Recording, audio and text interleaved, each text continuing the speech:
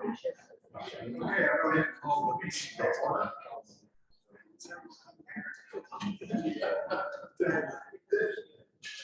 I'd like to welcome everyone to the Trial Commission meeting for March 2nd, 2022, and we are officially open to the meeting. It's good to see all the commission members again. It seems like it's been a while since I've seen you guys, so it's good to be back in the room together. I hope everyone has enjoyed the other meetings throughout the last day or so. I think it's been very productive. I've been extremely impressed with all the committee work and all the hard work that's gone into this, so many stakeholders. So we really appreciate all the hard work that you're doing. I'd also like to thank our staff, starting with Liz on our left here, who, as you know, is the executive director responsible for everything. I'd also like to thank Gabby and around here somewhere, and Gina for all their hard work. I think it's been great. Things are smooth, it's been well organized, so I really appreciate all their hard work. So with that being said, I'll check for quorum. Looks like we have a full house today, so we will be able to vote. And to approve the November 18th and January 26th minutes, those have been mailed out or emailed out to commission members. Can I get a motion to accept? I make a motion. Second. We have a first and a second, so it's open for discussion or corrections or concerns. Okay, hearing none. All those in favor? Opposed? Okay, the minutes carried. And then for my chairman's report, as you know, the legislative session has started, which is busy time of year, obviously. Liz and I have been with Jacqueline presented. She's done most of the heavy lifting on presenting the budget. That's going to process now. Liz and I presented to the Senate Health and Human Services Committee. It was last week, the week before last, and just give them an update of what was going on. Not as in depth as my talk yesterday, which included a lot of history. Obviously, they had all that already, but they were very happy and very pleased with our projects, where we've come from, where we're headed. So we were, I think, had a very good reception from the Senate with our presentation. So with that being said, I'll move into the turn over Liz for the executive director. Thank you. Thank you, and good morning, everyone. I agree, it's been a fruitful couple of days, and so great work by all the committees. I'm looking forward to all the work we had from all those great ideas, but I'm going to be brief because we have two presentations. We have Jennifer Ward from Trauma Center Association of America, as well as Jessica Story, and they have a lot of important information to share with you. So my comments are going to be limited to the budget because, as Dr. Ashley alluded to, that we are in deep in budget season right now at the Capitol. So what I have up for you right now are just some excerpts and screenshots from the governor's budget report. So the amended FY budget will be voted on shortly. The FY budget has already started its process, but I think what you're going to see, the most exciting thing, we've never seen this before, is on the governor's budget report under dedicated state revenues. You see Trauma Care Trust Fund. We now have a trust fund, an interest-bearing trust fund. So a lot of heavy lift to make that happen. And you see that 13,594,359 that I have highlighted, that is dedicated going into our trust fund this year. And then moving down a little bit, sorry. Again, it just shows you for the FY23, so those were dedicated funds and they are allocated to the FY23 budget. And if you move down to the amended budget, this is what they will be voting on hopefully this week, is the amended budget for this fiscal year, so FY22. So if you're not familiar with how the state process works, we get a base budget. And then at the, during the middle of the year, during the legislative session, they voted on what they call the amended or the supplemental budget. So our base budget is somewhere around 14 million maybe. And then this additional 8 million is what we will get.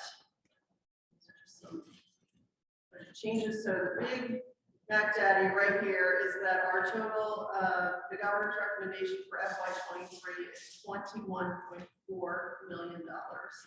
So no more begging for supplemental money. So this is really exciting news for us. So with that in mind, the reason that we have these dedicated funds is because in code, the super speeder bill or code as it is now, that dedicates funds to us. The legislators voted that since we already have this language in that code that says the money should go towards the trauma system, it will now go towards the trauma system. So we really need to keep track of what's that is doing year over year, because now we're sort of eating what we kill, so to speak, because if the money's not coming in, we have to be mindful of that because that's going to impact our budgeting. So that's why these conversations that we've had over the past few days about what initiatives, what things do we need to fund, we need to kind of have those in the back of our mind as we see our revenues throughout the year, so we know what to expect, we know what we'll have. And we talked about this a lot yesterday. This is just a historic, historic year over year of what we've been allocated.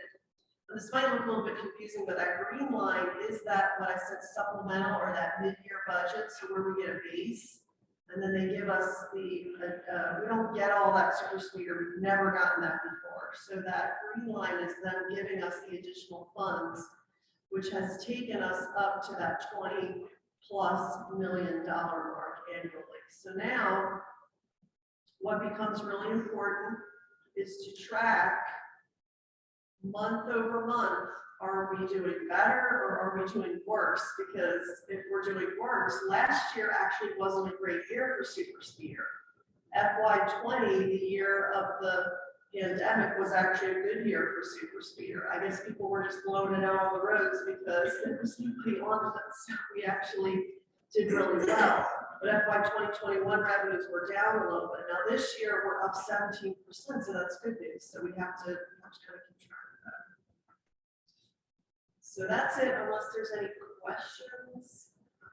So Liz, if I take my injury prevention hat off, we should all speak on the way home. Correct, sir. That's all correct.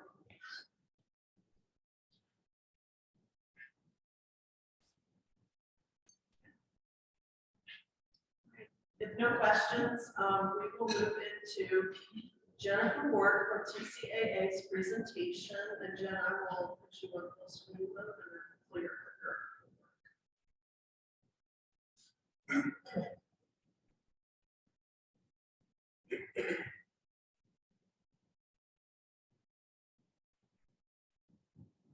Thanks, Liz. Thanks, everybody. I actually expect everybody to start applauding when you got the dedicated money. That is huge for your state. You're one of the few states that actually have that. That's, again, it's something that will be continuous and will provide sustainability for your trauma system for a long time. So kudos, that's a lot of hard work that went into that. So I'm sure the Trauma Commission began lots of meetings to get that through. Sorry, I apologize for that. So I know many of you are members, but for those who are members, this might be a refresher, and for those who are not members, just a little review of who we are. So we're the Trauma Center Association of America, and our mission is to secure the viability of America's trauma centers and foster a sustainable national system of trauma care. Of course, with the vision to access optimal trauma care for all, and with 5 values: inclusion, collaboration, leadership, innovation, and excellence. We are a nonprofit trade association of 501c6, which means we have additional lobbying availability that 5C3s don't actually have. We focus on advocacy, operations, and finance. And our two hallmarks or successes that we've done that we tend to be known about is the UB68X Trauma Team Response Revenue Code, which we applied for back in 2001 and received in 2002, as well as the National Trauma Center Stabilization Act, now known as the Improved Trauma Systems and Emergency Care Act, 120 million trauma centers across the country. For those of you who know us a little bit, I wanted to give you some history of how we came about. So we're really an offshoot of Bishop and Associates. So back in 1995, underneath Greg Bishop, they had the Managed Trauma Care Project, which was looking at the economics of trauma centers. There was 20 trauma centers that came together. And based on that project, they got together the next year and said, hey, let's meet, let's try to figure this out together. And then they became known as the Trauma Resource Network. And then in 2002, they broke off from Bishops and Associates, which was a for-profit firm, became a nonprofit. So we incorporated an official nonprofit agency. And then in 2004, we started doing some federal initiatives, working with FIRSA and CDC on different projects. 2008 was really important. First of all, I'm happy to say that that's when I joined the team. So joined them in 2008, but we changed our name from National Trauma Center Foundation to Trauma Center Association of America. And the reason why this was important was because when you have foundation in your name, legislators think you're getting money versus we were going on the hill asking for money. So once we changed our name to the association, they understood how we were, and then all of a sudden the requests were coming through as well. 2010 was the National Trauma Center Stabilization Act. Again, that's 2022. Same thing, improving trauma centers and emergency care. In 2017, we started with ASPR, and we have a national database and a disaster map on our website that many of the federal regulatory bodies use. It includes all the trauma centers, all the burn centers, all the hospitals with burn capabilities, all the donor centers, all the transplant centers. We're working on now the facilities that have military integrated and pediatric centers. So they're trying to get all the different specialties out there as far as emergency preparedness goes. Also, for those of you who may be aware, Mission Zero was approved, and actually we're really expecting it to go through in the next 2 weeks, and the $5 million to actually be included in this year's budget. So we're excited that that's going to actually come to fruition. And then I'll talk more about the Improving Trauma Systems and the CARE Act, 120 million. So that will actually go out to 3 different populations. It's going to go out to trauma centers, it's going to go out to rural trauma centers, and then it also has a systems approach too. We have 430 members, and we're pretty much spread across level 1s through 4s, as well as having pediatric and trauma systems involvement. Our board represents the trauma center. So we have CEOs on the board, we have the surgeons on the board, the program managers, we have government relations, because we do a lot of advocacy. We need to have those who have boots on the ground helping us, as well as we make sure that we're represented by pediatrics. So I think I can go on and off. I'm sorry about that. Okay. So Dr. Marty Schreiber is our past chairman. Heidi Gartland is our current chair. She's government relations. And then Kevin Croston is our chair-elect, and Tim Smith is treasurer, and Britt Christmas is our secretary. So I think you might know some of them. But again, represents the whole trauma center. We have 10 committees trying to cover the different gamut of the trauma center, everything from advocacy to trauma systems. And I'm happy to say that many of you in the room are on a couple of these committees. And I thank you for your leadership. Actually, when you look across the states out in the country, Georgia is a leader. I mean, you lead them in trauma in multiple areas, and your dedicated funding is just one of those, but kudos to that. I did want to just touch on briefly some of our services and benefits, and then this is really important because we've had some new hospitals come on board with us within the Trauma Commission, and we thank you for that. We're grateful, and we'll help you to take advantage of all the member benefits. We do at the advocacy level, both federal and state. So it depends on what the state is, but we come in, we write letters, and we support it that way as well. We have grant notifications that go out once a week. With those, we send them out anything from injury prevention to clinical to whatever the grant may be. So trauma centers are specifically for trauma, the area of trauma. And then I mentioned earlier the trauma and disaster center map. And then finance, we do studies, we do the consultative calls that I think was discussed a little bit yesterday. We have a fellowship program. We also have a trauma center finance and operations manual, which has 20 chapters, including everything over finance to marketing to advocacy. So all the kinds of items that are important to a trauma program, you can go to there to look those up. And then we have a consultative visit. Now, I threw verification in here. That's more of a mock site visit. So many times hospitals will have us come in and we'll do a mock site visit for the state or for, if they're going for ACS, just to see where they land. But we also do trauma center finance consult visits where we come in, we review your charge, we review your billing to make sure the two pictures match, and then we provide a report on how you come about. With operations, we have different webinars, again, everything from injury prevention to performance improvement. And then we also have trauma think tanks, which is where peers get together and they take hot topics that are an issue for them. They get together, they talk about it, they discuss what was resolved, and then we share that with others, and that's been really helpful for our members. You mentioned the consultative calls. We also do Ask Trauma Cares and other surveys and benchmark type items. So if you're looking at doing something, never start from scratch. Go to the website, look at it, and if not, then ask us for the survey, and we'll reach out to our 430 members and see what they've got to about. And then also our website. It's got two versions. So you go on and you see the public version, but if you're a member of the organization, you actually can get to the member documents, which is over 1,000 in our database on the website. So all kinds of reports, surveys, webinars, anything you would like should be on that, or if not, you let us know and we'll get it for you. It also includes online demand education, which I'll go into in a little bit of detail, as well as the community partner and events. I can stop there if anybody has any questions. I'm trying to talk sort of fast because when I left, I did not get my allergy medicine because I thought it's not spring yet, but it is here, and I have sneezes that are percolating. So just stop me if you have a question. We do have 2 webinars coming up, just to give you an idea of like what we do. So one is on developing a poster and presenting, you can do it. So our members have reached out and said, hey, we'd really like to do abstracts, but we're just not comfortable. We don't know how to do it. So the education committee put together a webinar on how to develop an abstract. And then what came out of that is that, well, that's wonderful, but how do I actually do the poster? How do I present it? Can you walk me through that? There's even a couple of folks in the room who are mentors for this process. So kudos to that. And then we also have a webinar on March 9th, which is on liquid closure and performance improvement. So again, trying to cover all the different areas that a trauma center has to go through.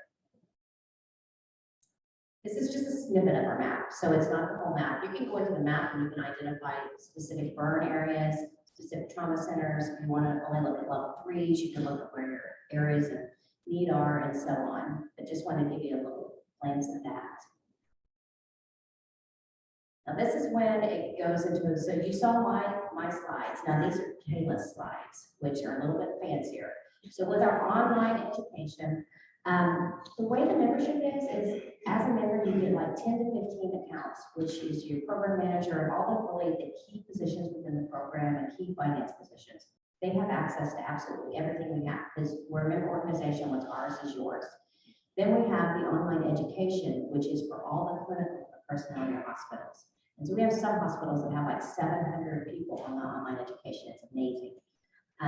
But they can go in and the online education accounts, they only have access to the online education, which are the courses up in that, as well as all the webinars. And that just makes it easier for us to manage. But again, anybody in your hospital has access to that. And it's really easy to do. So for those who are members, you would just go in and you sign in, which is that first arrow up there, click on the education, the drop down button says online education, and then it takes you to this next page. If anybody has any issues, we actually have a chat box. So our staff is on it, it's for a live person. And if you have a question, you just ask it and they'll answer it in real time. And if not, and if you're not in it, they'll put it in the queue and they'll answer it as soon as the first thing the next morning. But once you click on that online education, it takes you to this page. And if you're signed in, you would go straight to select a course, which will come to the next page. If you have a nurse that's never been on the website and they've not signed in, all they have to do is click on that. If you don't have a username and password, create one here. It's that easy.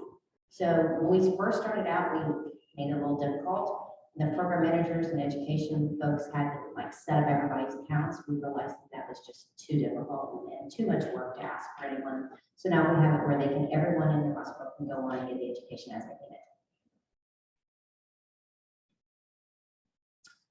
And then once they get to the online education, its own little catalog, there's a feature page that has all the top ones, which are the ones that are viewed the most often, but there's 50 courses in there. And they have different modules or different types. You can go in and say, I'm interested in pediatrics, or I want my nurses to watch this, or whatever it might be. And the one thing that's also really good about this online education is, as a program manager, you can ask your clinicians to do this, and then you can go in and track and see who's done what. So that's been helpful. It tends to go up at certain times of the year when hospitals are getting ready for verification, or when nursing CEs time is up. With the online education, I forgot to mention, we provide CEs and CMEs, and we're also looking at even trying to provide the coding consent too. And then this is just a little bit of data showing that we have thousands of people who are using online education. So it's really getting out there and being helpful.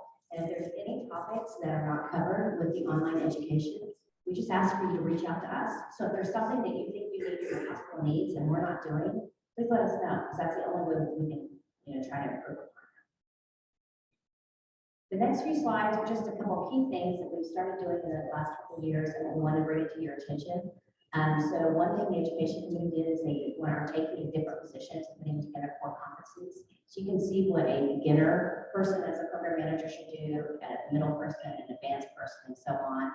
And where I think right now they're working on medical director and then registrars next, or something like that. So that's one key area we're working on. I mentioned earlier the funding alerts. We were outsourcing those. We brought them in-house. We're trying to do that because we tried to expand upon it, because we realized that they were limiting what they knew, because they don't have trauma knowledge. It's hard when people are non-clinical to understand what trauma is. And trauma a lot of times pops up as necessary. It might be mental trauma from that type of thing, and we wanted to make sure that it was specifically for trauma, our trauma system and community. And then I already mentioned the trauma think tank. With trauma think tank, I think we do PI, injury prevention, registrars, program managers, and I think the next one to go about is the medical directors. Also, just threw in the Wheeled Safety Toolkit for those who are on the Injury Prevention Committee. This committee is just amazing. They put this toolkit together that has all these different programs, so that if someone wants to do something with Wheeled Safety, they can go to this toolkit and they can get everything right there at their fingertips. So they don't have to start, they don't have to look anything up, it's all right there. Also, I believe that the committee is getting ready to put together an intimate violence prevention workshop. That'll be like a 4-hour workshop coming up too. So lots of great things coming out of that. I don't think I mentioned this recently, so I'm happy to say that the TCA has brought the DSTC course, which is the Definitive Surgical Trauma Care course. Is anybody familiar with that?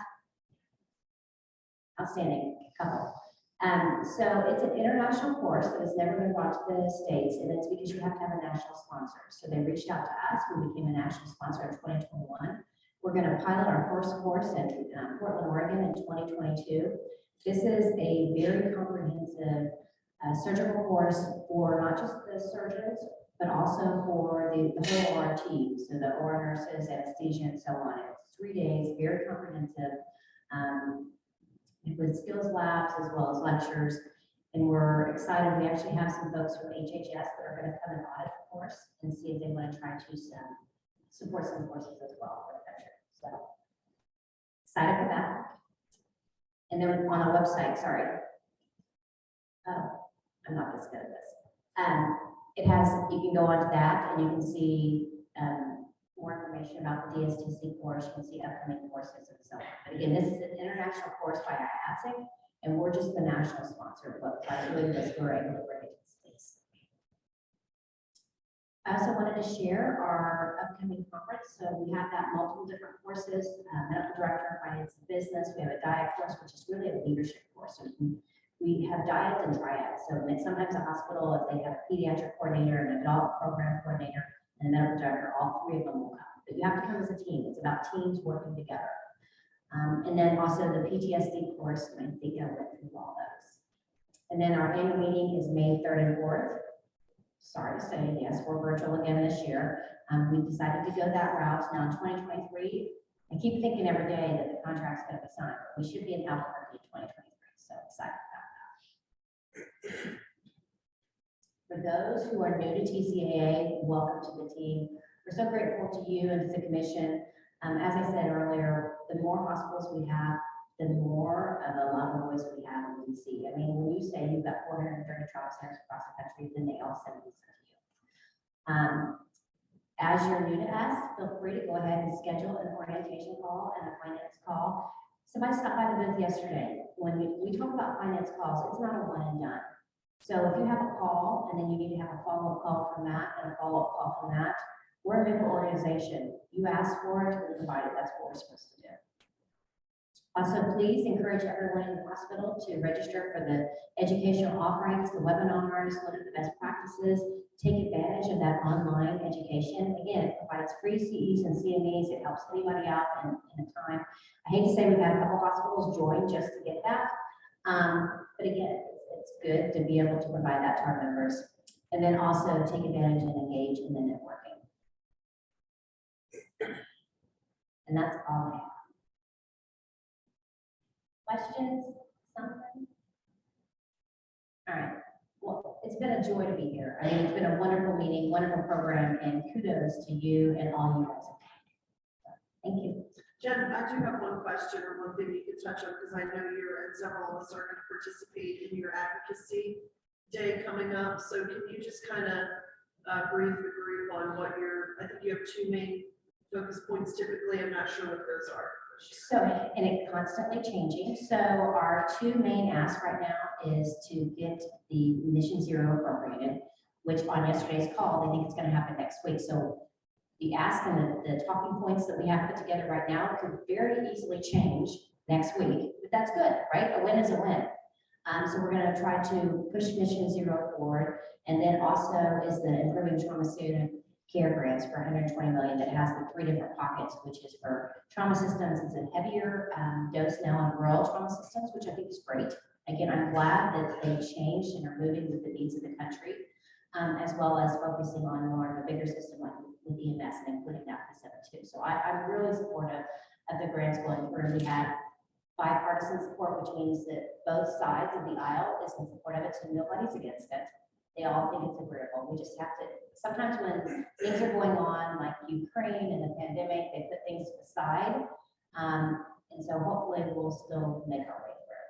But making a lot of progress. I think a couple of you are signed up for our advocacy day. It actually takes place March 16th and 17th. I didn't include it in the slides because I knew that it had been closed off because we're already scheduling meetings and it's hard to schedule additional meetings at the last point. But we do this yearly. The Capitol's not open yet, so we can't have in-person meetings, so we'll have virtual meetings again. But we've had very much success with virtual meetings. I mean, actually, sometimes it's better because they're able to give you some time that when it's in person, there's different things happening. So it's worked really well for us. I have a feeling that in the future, starting like 2023 and beyond, that our modern day will be like a hybrid. Maybe have one day of virtual meetings and another day of in-person meetings, try to capture everybody. And just like you meet with your state folks and your Hill Day, if anybody is unable to make our Hill Day and they want to participate in it, just because you missed the Hill Day doesn't mean you can't get with them when they come back to the state for after they recessed or anything like that. And I'm happy to provide you with talking points, give you like information of things to say and not to say. And we have a whole like toolkit that can help you with that as well. Jennifer, could you just make a few comments on $5 million project, 120, how that might affect us, how that money would flow, and just a little bit more detail? So the 5 million is Mission Zero, and with Mission Zero, it's separated into different things, but it has money that goes to level up military teams in level 1 trauma centers, and then it has some that goes into level 2 trauma centers, and it has where you can put like a surgeon, military trauma surgeon, in a level 3 trauma center. And you know just as well as I did that 5 million is not very much, but what it is you have to start. Once you start, you can add on, just like if you looked at your graph that you had earlier, you start low and you add on. So we're just trying to get in there and get into the appropriations, and then we can add on to that. And gratefully, we've had many hospitals across the country that have already brought the military in and have already started integrating that. So we'll be able to support those further, as well as bring some of those into the hospitals that they've had issues with, sort of the red tape, the legal issues, things like that, that they haven't been able to bring them in for. And then the 120 million is the Improving Trauma System Service Care Act that I touched on just a second ago. With it, again, it has an EMS piece, a rural piece, and then the trauma center piece. Right now, it's very generic. They don't go into the details until it actually moves through a little bit further. But we'll be right there at the table when that happens. Is that something that Georgia and our centers do have access to, or how would it?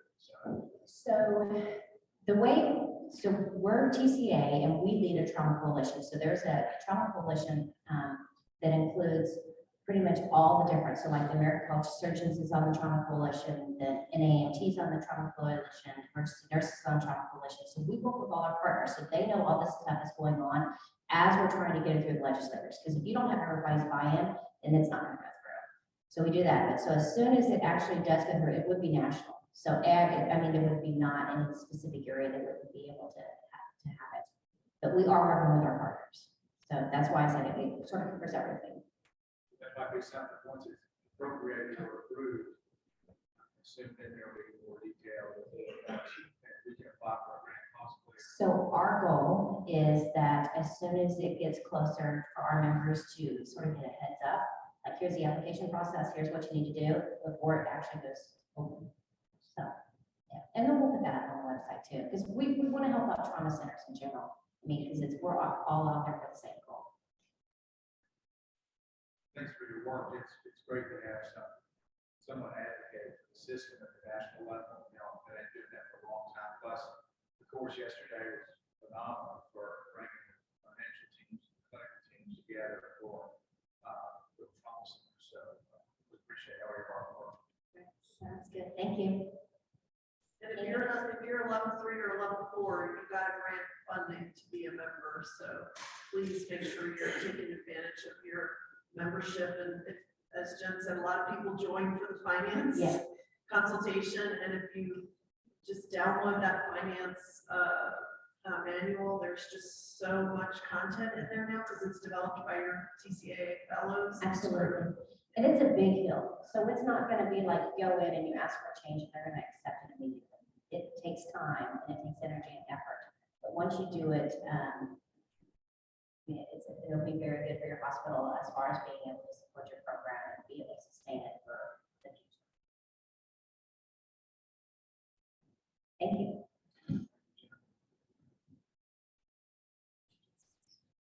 Okay, Jessica, you're up next. This is Jessica Story, our neighbor.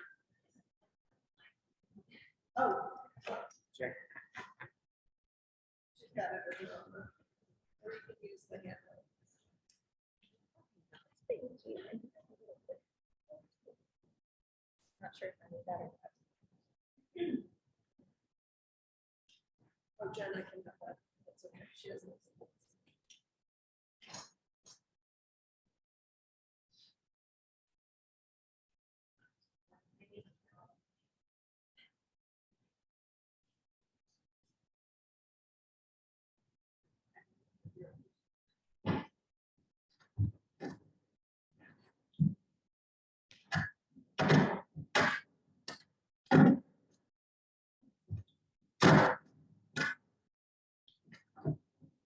So sorry about that. I know that was loud. Well, good morning. I am Jessica Story, and I'm with Warren Agrett. We are the accounting and advisory firm out of Atlanta, Georgia, that has been working with the commission since 2008 on a variety of different projects. The one that you've probably known about the most is uncompensated care validation. So we do that every year. But the report that I'm reporting on today is for the readiness cost that we performed on the level 3s and 4s on calendar year 2019 data. Before I get into the report, I did just want to say big thank you guys for inviting me here this week. This has been fabulous. All the sessions yesterday were terrific.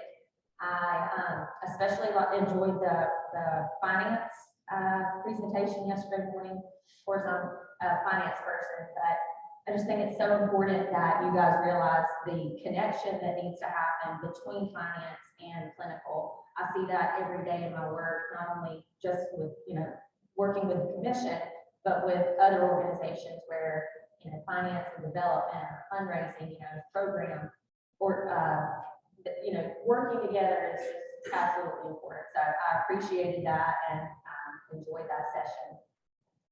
But getting into the report, again, as I mentioned, this is for calendar year 19. When we started this project, we actually were thinking that we were going to use calendar year 20. And we quickly figured out that that was probably not the best represented year. So we backed up and decided to go with calendar year 19. So the first page in this packet, this is our accountant's report. So this explains that we perform agreed upon procedures. So it's not an audit report, so you won't see an opinion. But what it does say is that agreed upon procedures are very factual. So in this report, we list out the specific procedures that we were engaged to perform, and then the results of each one of those procedures. So that's our report on that.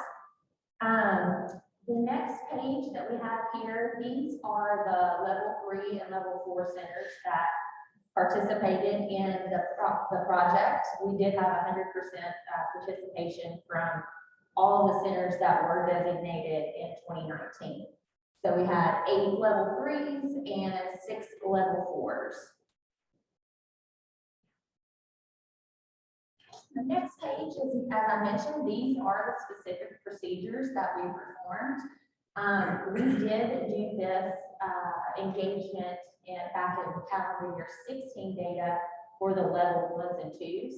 So we began with the work that we had done during that project. So we had a survey instrument and we took that and modified it to specifically relate to the level 3s and 4s. And what specific areas that the Orange Book says are requirements to be ready for those designated levels. So we started with that. Back up just a minute, Liz. I was just going to go through the different other things that we did. We did, again, design this very similar to the project for level 1s and 2s, where we had a webinar to explain the process, explain the survey, explain how to fill out the survey, and then we had a Q&A session where the centers could submit questions to us, to the subcommittee, and then we had another webinar to answer those questions, and we put out some FAQs on best practices of filling out the survey. Warren Apron's job in this was to distribute that survey to all of the different centers, collect the survey back, and then we together made some samples of what specific cost items within the survey that we were going to request to be tested and validated. And that validation process meant that we were requesting specific support to look at from the costs that were reported to us. And that would look like payroll reports, invoices, contracts, just very specific, what you would think about as audit evidence is what we requested in order to do that. And then number 4, let's see, that was our sample selection. And then number 5, lastly, is to present a report with the information that we gathered. So those are the procedures, and we can move now then to the results. And so as I mentioned, it's very factual in this report. So here, it corresponds to the actual procedure that we performed. So here we're saying what we actually did. In our sampling process, we used statistical sampling techniques to determine that a sample of 90 cost categories is the same that we should select for testing. And when I refer to a cost category, I'm specifically talking about each line item on the survey. So if you're here, and you filled out the survey, you know which, the line items that I'm talking about.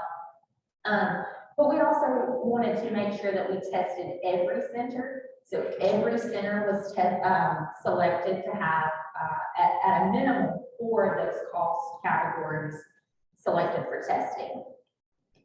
And so the next thing was to figure out any kind of differences. So if we had differences in what was submitted to us through the survey and then the support, then we adjusted that in the final results. There were 4 trauma centers that were not able to provide support. So there was a variety of reasons for that. And the primary reason was due to some acquisitions. They were not able to access that support. So that is a limitation in the results of this project.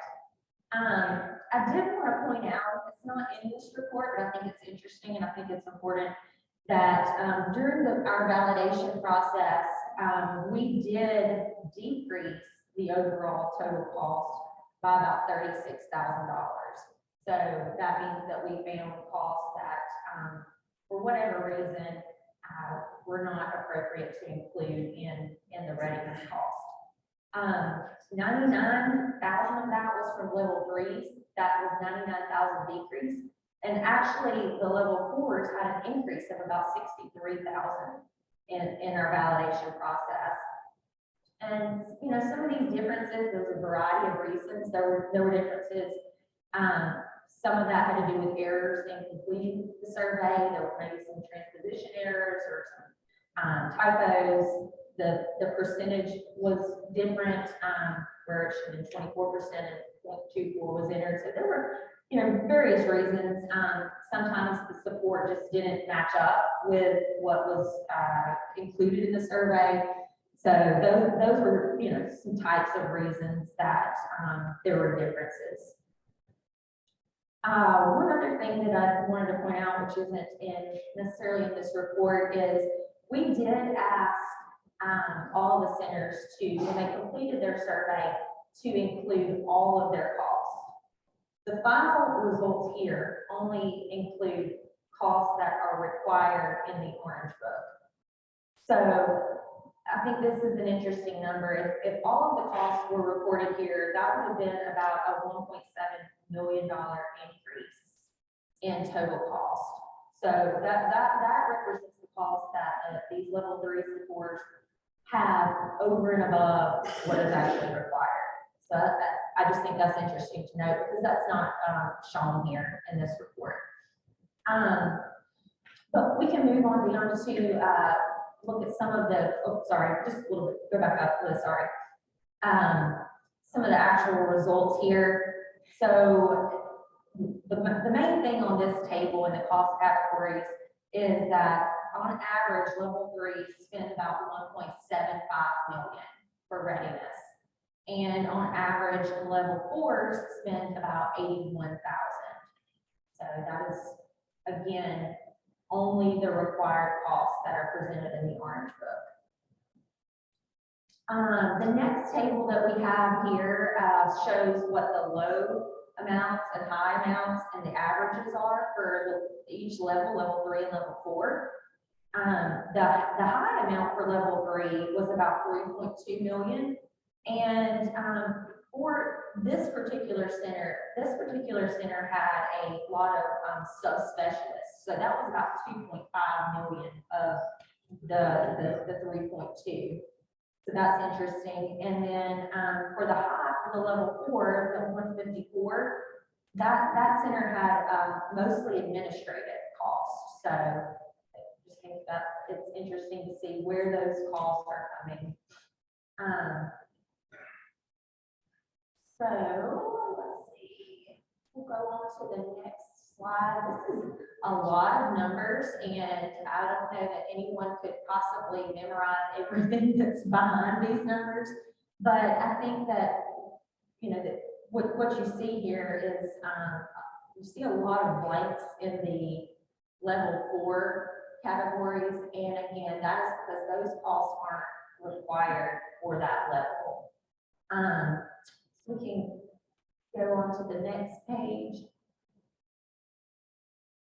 Should probably mention too, these are broken up into different categories. The first one is administration.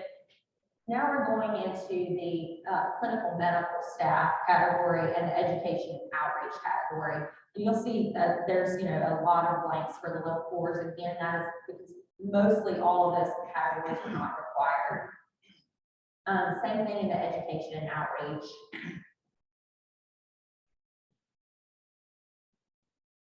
So, you know, that, there's a lot of numbers on that, and I'm sure you probably have a lot of questions. Does anyone have any comments or questions on the information or the process? Yeah, so this is a very extensive survey, so thank you for putting it together. When you said that these costs reflect only the cost associated with the Orange Book, does that mean that, for example, the clinical medical staff costs, if they decided not to be a trauma center, would those positions have been eliminated? Or would you still need an orthopedic surgeon to still be at your facility? Would you still need a neurosurgeon to be at your facility? You see what I'm saying? Or are those costs associated with just on-call, in-house costs, or not? Can you further explain that? So to the point of the on-call in-house, that was not a requirement for level 3 or 4. So that is not included here. Those costs that I was saying go over and above the 1.7 that we took out of this survey. Some of those centers did have those costs. It's just not included in the numbers here because it's not a requirement of the Orange Book. Right, or with the medical center, the medical staff cost, the clinical medical staff, there's that is a significant portion along with the administrative staff. I understand the trauma registrars and the trauma panel nurses, those people would not be present if you didn't have a trauma center. But the orthopedic surgeons, the neurosurgeons, all those other specialties that were listed that had a dollar amount associated with them, would those positions have been eliminated, or what was that dollar amount? Was that a percentage of their time, or I'm a little confused? You see what I'm saying? I'm not sure that I do. The positions eliminated. I think what Jim is saying is, let's see if I can rephrase. I'm sure I understand, but I think what he's saying, correct, if, and there's not no surgery involved, there's not a half in the 3 or 4. So let's take something that do have to have, like an orthopedic surgeon for 3, let's just take that specialty and narrow that. So you have to have them on call 24/7. That's the kicker. So what this looks at is their call obligation and pay. Isn't that right? For orthopedics. So what they have to pay them to be on call 24/7 to be in compliance with the Orange Book. So technically, if I understand your question, Mike, like they said, we're not going to be trauma center anymore. The trauma growth manager would go away. The registrar would go away. That would be a hard cost savings. The orthopedic surgeon probably wouldn't go away, but they wouldn't be mandated to be on call. So if they said, well, I'm only going to take call every 30 minutes, just one of them, then the hospital could agree to that and they just not be on call and they could defer their patients. But if they're going to be certified or verified or designated trauma center, they can't do that. They have to be on 24/7. So that cost technically for on call could go away, but we have to take call every night. That's what answers your question. So Yeah, I guess, I'm curious, I just don't think that, I'd be curious to hear from level 3s. Would the hospital really accept an orthopedic surgeon coverage 1 every 3 days? I mean, I think they're gonna want orthopedic coverage every day. Okay. But remember, that's a hospital individual decision. It's, you know, once they're not under the gun and the Orange Book, they can do what they want. So that is whatever they can negotiate. And we do have, you know, I have had calls from hospitals that are not trauma centers saying, well, even for general surgery, you know, for me, insights. they have a general surgeon in town, they'll have one. They keep it on all that. They watch it tell me, oh, our general surgeons don't want all this or not. Because I've asked, I said, don't you have a surgeon there? And then left me to say, well, usually, but today they're not on call. So they're going next, they're going about, oh, but you can't do that if you sign up for this. So, did that sort of make sense, Jessica? Oh, yeah, absolutely. I'm not sure that I would have known the answer to that specific piece, but yes, that makes sense.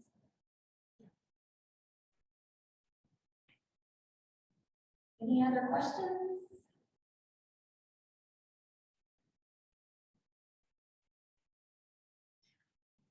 One question, one comment, would the commission be willing to redo this both for the 1s and 2s and 3s and 4s in the future based on the newer standards that's in the grade? The so-called grade book, I guess, is what's coming out. Would the commission ultimately decide to do that in the next coming years? Because the 1s and 2s study is 5 years to 6 years old at this point. I think there's probably some increases, but then also the grade book's going to have new standards. 3s and 4s will also have new standards at that point. And the comment that I think dovetails in with Dr. Dunn's comment is a lot of the trauma centers that are 3s and 4s don't pay any call pay at all. I don't get call pay to be a trauma surgeon on call. And so those costs aren't even added into there. We're just expected to do it because our hospital wants to do it. And we have a sense of pride in our community and want to do that. And so some of that also, a sub note to the study or whatever needs to be added in, who actually pays for it, and how much of this money is actually on the call pay. Because if you look at the 1s and 2s study, the biggest category is the call pay associated with the medical staff. In this case, it's not. And so that may be a caveat we want to add to that. And if we do publish, ultimately also add that in there to what could this cost if we actually paid going rates to see what it would see in the future to be a trauma center. I think it's a great point, and I think, I think the answer is yes, with the new book coming out, we'll have to reassess, and this will probably be something we need to do for a while, a few years, because we need to know where we're gonna land, especially when they change the guidelines. I don't know what's gonna be in the grade book, I don't know the things that will change, so we'll need to reassess that, because the cost may change. As far as the 3s and 4s, that's great. We need to repeat that as well. This is our first foray into it. I think you guys will learn. I think when we did it the first time for 1s and 2s, the costs were a lot lower. I think we learned how to do it better, and it was an exercise. So I think when we repeat it, there'll be other things that we think about. I think we'll just get more refined with it. And then the last point about not receiving call pay, I think this is our first foray into to understand what's going on. Until this point, we didn't know. And I think you're sort of where the 1s and 2s were several years ago when we started down this road. There were some 1s and 2s that didn't get call pay. And when you start looking at everybody, what's on the environment out there, and most people are, some over here, then you start the discussion like, what should we be doing? And I think that'll allow you to see where you stand, and if we're not getting somebody else is, what's the industry standard? And I think that will move into everyone receiving call back. So I think you're starting down the road, we started down the 1, 2s, several years ago. So I think I'll go for the most great. I mentioned Rich yes to all. That's it. Any other questions? I think that having Dr. Ashley, you guys present this information at this meeting with this group has been a really great thing. And I think that if we do this in the future, which is, I think we will, I think that it will, just make a lot more sense. And, the reasons why we're doing this is, more obvious. So I think that would be a great idea. Just so you know, I think I mentioned, I can't remember if this was yesterday or not, Alzheimer's is kicking in, but the Jennifer Ward, the president of TCAA, their finance committee knows in detail, they have our survey, and they understand it, and they've gone through it in great detail, and they are taking that Again, Georgia's leading the way. They are taking that down. They're all about the national flavor. And what's going on. So they're taking that survey to the national level. We're starting with one, so, we just did 3s and 4s, so they've been working on this for over a year. They're taking the 1 and 2 survey, national level, and recruiting about 6 or so level 1 trauma centers to go through that from different parts of the country to sort of see how that works. Working in Georgia, and we did it the Georgia way, that people were buying into sort of how we analyze the Orange Book and how we set the goals or rules of engagement, or define the tax code, if you will, what you can count as a tax deduction and what you can't. Best way to look at it. And so now if they pulse that out nationally, we'll have some national data as well. And I can see if the Pollen project goes well, then they'll probably open up a lot of trauma centers and we'll really have national data, which then will allow them to interact at the federal level for these funding things. So it's really gaining, momentum. And now that we have 3s and 4s, nobody has this data that I'm aware of that I've seen in the country. So once they get a hold of this data, it may seem like a small thing, but once they get a hold of the 3 and 4 data, get this published and get it out the door, I'm sure they will take that then and start spreading that nationally. So our level 3s and level 4s will help. As we learn more about what we need, then it becomes easier for us, like I said, to go to capital and say, we have to have funding for these 3s and 4s, and this is why, this is what it costs. We really have bullets in our gun like that. And data is very powerful. So we just can't go over and say, 3s and 4s are working hard. They sure do deserve a lot of money. That will really show. And what's important, Jessica, that you touched on, we were very tight in the fact that this is what the Orange Book says you must have, so that's what we let you count. What we found, and we presented it, there's a lot of money that you're putting into it that you maybe don't have to have mandated by the Orange Book, but you're providing good trauma care and you're putting extra funding.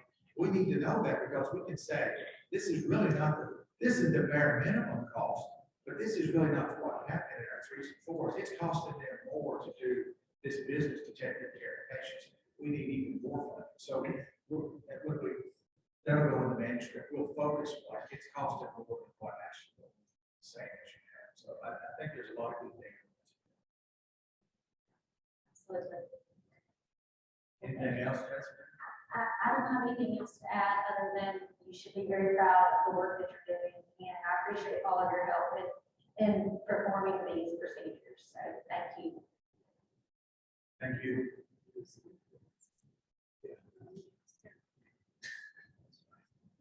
That is right. We did submit an abstract to the LAST last night on the level 3s and level 4s. It went in. It was due at 11:59. It went in at about 11. So we made the deadline. So we'll see if it gets accepted. Okay. Let's end up Jessica. So we'll move into committee and work group reports. Looks like Dr. Caderos is up first. Thank you, Dr. Ashley. And thank you, everybody, for coming. It's been a great several days. Several folks from my shop here, we have all had very positive comments about the content and the information work that Georgia is doing. So this is one great way to share the information that we're doing. You guys have our budget subcommittee report on page 54 of your packet, but my comments will focus specifically on page 55 of your packet, which is the AFY proposed spend plan. Both Liz and Dr. Ashley have gone up to the Capitol to present our spend plan, and that's passed the House. We thought we would hear by this meeting on the final vote for the AFY spend plan, but we have not. It's still sitting in the Senate.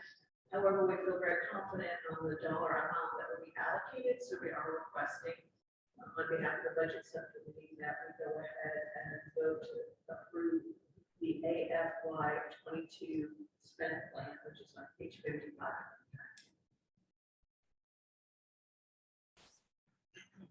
Entertain any questions that you guys have around the spend plan. You've seen it before. It's not a new spend plan.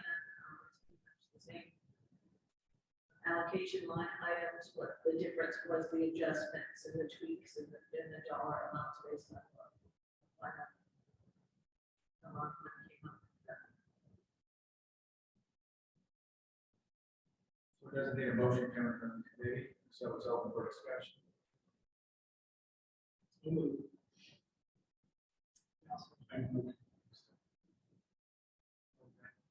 All right. I hear no discussion, so we'll go ahead. Vote all those in favor? Aye. Opposed? Carries. Thank you. And then just to let you guys know, we are working on our grants and contracts work group. They've been in fragment over the last couple of days to get things together. We have a document as that's for one last look by the group. So give feedback, it will then go to the budget subcommittee for review, to make any recommended adjustments or changes to the contracts to Kate. Hope to make some minor adjustments for the upcoming capital budget, and then we'll go for the next year to continue with additional adjustments.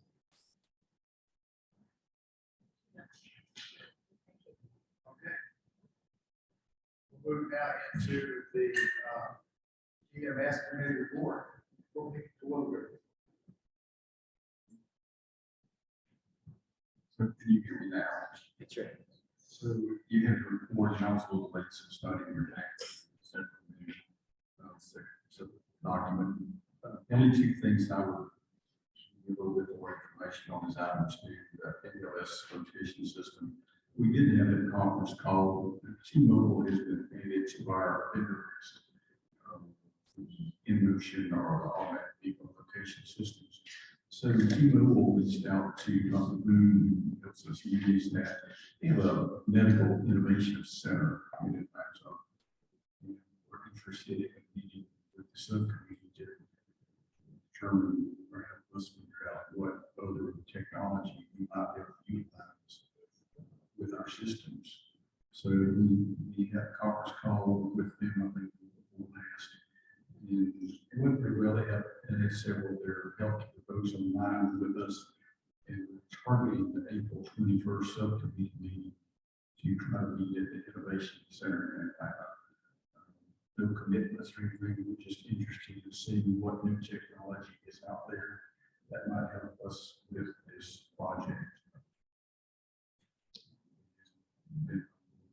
So we'll let y'all know.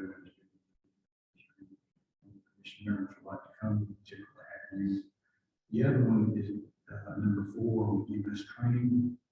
We have had,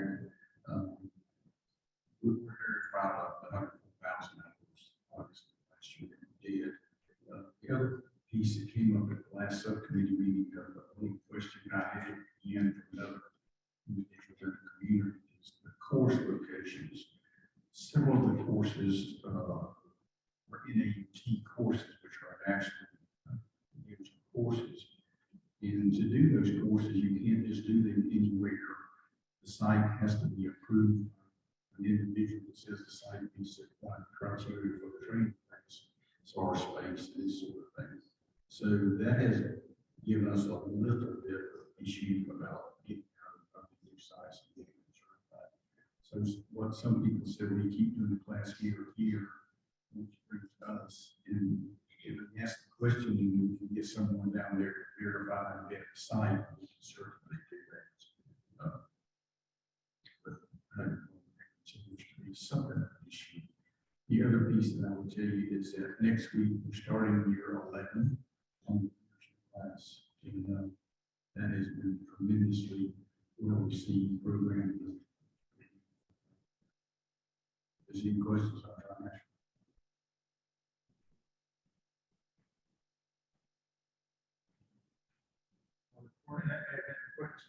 It's history of Tom. Well organized, very good. Thank you for all your hard work. And Lisa, I'd just like to say that the new boarding structure here is very nice.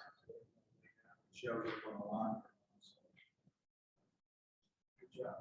That's something sort of. Thank you. Okay, we'll move into the level 3 for Rural Trauma Center Committee, Drs. Patterson and Register. First off, I want to thank y'all for the opportunity that we've had to present the results of the survey. I think that's our main point. We don't belabor that. It's been a labor of love to try to figure out what's been going on, try to connect with the other trauma centers in Georgia. I want to thank my partner, Dr. Alicia Register back behind me, and the whole team that helped us out with this Ingenia study. Going on to that, the ACS consultative process is ongoing. Hopefully we'll continue to work on the ACS rural initiative that we have as far as getting our system looked at in the ACS from a rural standpoint. We also have consultative visits scheduled for October for all the level 4 trauma centers through the Pennsylvania Trauma Foundation. As far as grants are concerned, our March pause process, which you heard a little bit about yesterday, and we talked more about in our meeting yesterday afternoon, was ongoing, and hopefully we'll have a working prototype with several initial classes, test classes, if you will, being performed before. We'll be able to report that in the August meeting. Access to specialty care, we're re-engaging our trauma medical directors administrative group to hopefully try to update this process. This was the first thing that we did. It's a quick, low-hanging fruit process where we basically publish all the trauma centers with contact information for the 3s and 4s to connect with and assist with the transfer process, and hopefully building a better transfer mechanism in Georgia. The rest of the things I think are on hold right now and starting back. A few of the things that we had put on hold for the cost of care study at this point, but nothing else to report. Hopefully a few more new exciting things follow us. You want to mention about the rural focus system consultation? Yeah, the rural focus system, again, going back to the ACS consult process. We're still working with ACS right now. I think we'll have at least one more phone call with them to prepare questions so that we can have the focused visit, the ACS consultative visit for our rural system as a whole. So that should be ongoing. Hopefully we'll have something further to report, maybe starting that process by August.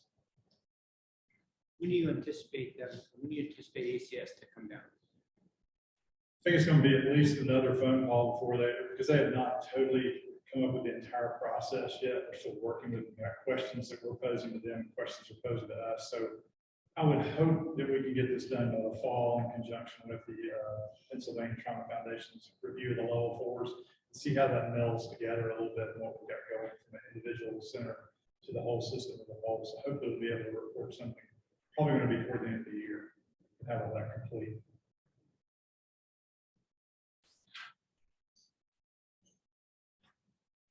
Questions for Dr. Paxton? I'd just like to say, you guys are, it's just wonderful to see all the work that's going on. I attended that meeting yesterday. It was my first time seeing 11-3, 11-4 group committee in action. I was blown away. The room was full, and these were guys from rural Georgia that showed up, and they were super. I mean, they were talking. I mean, it was good, and I told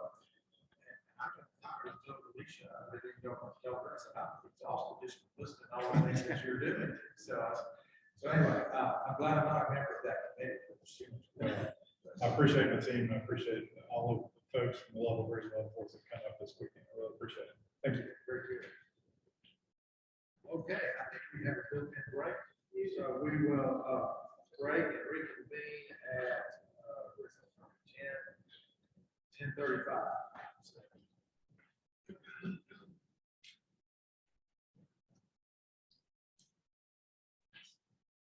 Okay, we'll go ahead and get started. Second half of the meeting, and we're into the committee and work group reports, part 2. So first up is Georgia Committee on Trauma Excellence. Jesse. Oh, Tracy, that's right. Okay, Tracy. Dr. Ashton, I'd like to introduce myself. Welcome. Okay, thank you. And thank you, committee, for letting me speak. Jesse had another engagement. I'm the vice chair for GCTE. So the primary thing that we've done in the last quarter is we've aligned goals from our different subcommittees. We've got 5 of them, and we're aligning them under 3 initiatives. That's primarily decreasing time or even just defining time to definitive care. So trying to look at that, and that aligns with some of the data committee work out of this, where they were trying to determine what that was. Looking at decreased incidence of AKI, which as a state, we are an outlier for the nation. And then several of our centers are even above what the outlier status is of the state. So this is a very important initiative too. And then also increasing trauma awareness. And we're finding out that this comes, whether it's through initiatives like TCAA has an advocacy and getting the word out, injury prevention, all those things, it just all comes around to help us in the end. We can do that whether it's inside the trauma system or not. So primarily we're working on getting better data. So we've looked at our registry data. We've added data fields this year and working on reports to help define that definitive care. And the AKI, we've got a predictive calculator that we're looking at doing some prospective data analysis with to try to test that out. And we're splitting all this data too, whether it's looking at definitive care, AKI. We're looking at that for adults, and we're splitting out the PEDS element also so that we can get information on both things. And that's it. Well, thanks, Tracy. You guys are doing a great job on getting organized, getting organized. But I mean, going to the next level with goals and data collection. So kudos to the whole group. Thanks for all your hard work. Okay, we'll move into the Trauma Administrators Committee report from Dr. Wallace. Thank you. We started yesterday with a fantastic finance workshop, which I know in conversations I've had with many of the administrators that are here and some of the other leaders within trauma, there was a lot of value. There were lots of things that I think we did not know, even those of us that have been around trauma for a while. It was new to us. So I think it was definitely value added for the group to really discuss what our next steps are related to that and how we can support our centers. From there, we had our administrators subcommittee yesterday met, and quite honestly, it was our first full one in person. It went very well, lots of engagement. Dr. Ashley presented the readiness cost survey, and then we really opened up to the group to hear what was important to the administrators. I think we as a commission have some things we want to focus on, absolutely, and we will drive that, but we also wanted to hear what was important to them. And then Dr. Dunn and I just had a great conversation that I think we're going to also ask both the TPMs and TMDs what is important for them in their eyes for the administrative group to focus on as well, so we can help prioritize. So all in all, I believe a very successful day yesterday. We will be planning our next meetings hopefully mid-April. And then we have some work groups that will be working through to figure out what our next steps need to be there. So I have sent out an email to other commission members and Liz about co-chairs for each of the levels, so we can help divide that work up a little bit. So just all in all, I think it was a great first full meeting in person and lots of great work expected to come from this group. So that's it. Any questions? Great report, Michelle. There was a lot of enthusiasm in the room yesterday. It was great to see the higher ups get involved and talk back and forth. So, representations.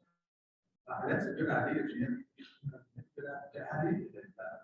Seeing what the TMDs and everybody wants to time in. Just to make sure everyone's on the same page. That's I mean, we're trying to build those bridges between our administrative staff and our clinical staff. So we're learning to do that with threes and now with ones and twos.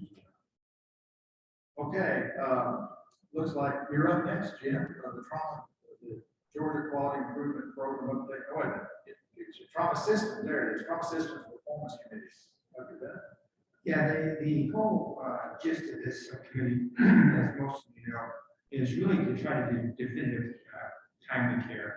How long is it taking a patient at the scene to get to a trauma center, whether that's directly from the scene or to a transferring hospital and then to the appropriate trauma center. And that data has been very, very difficult to get.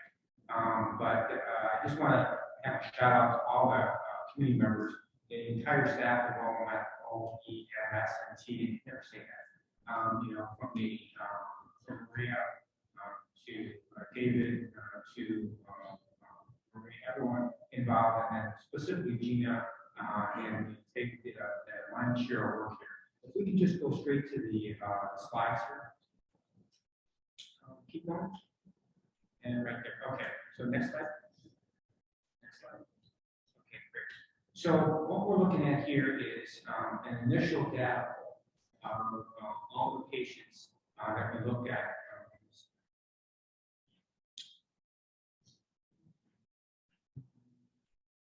All right, so out of about 7,500 cases, about 7,000 cases,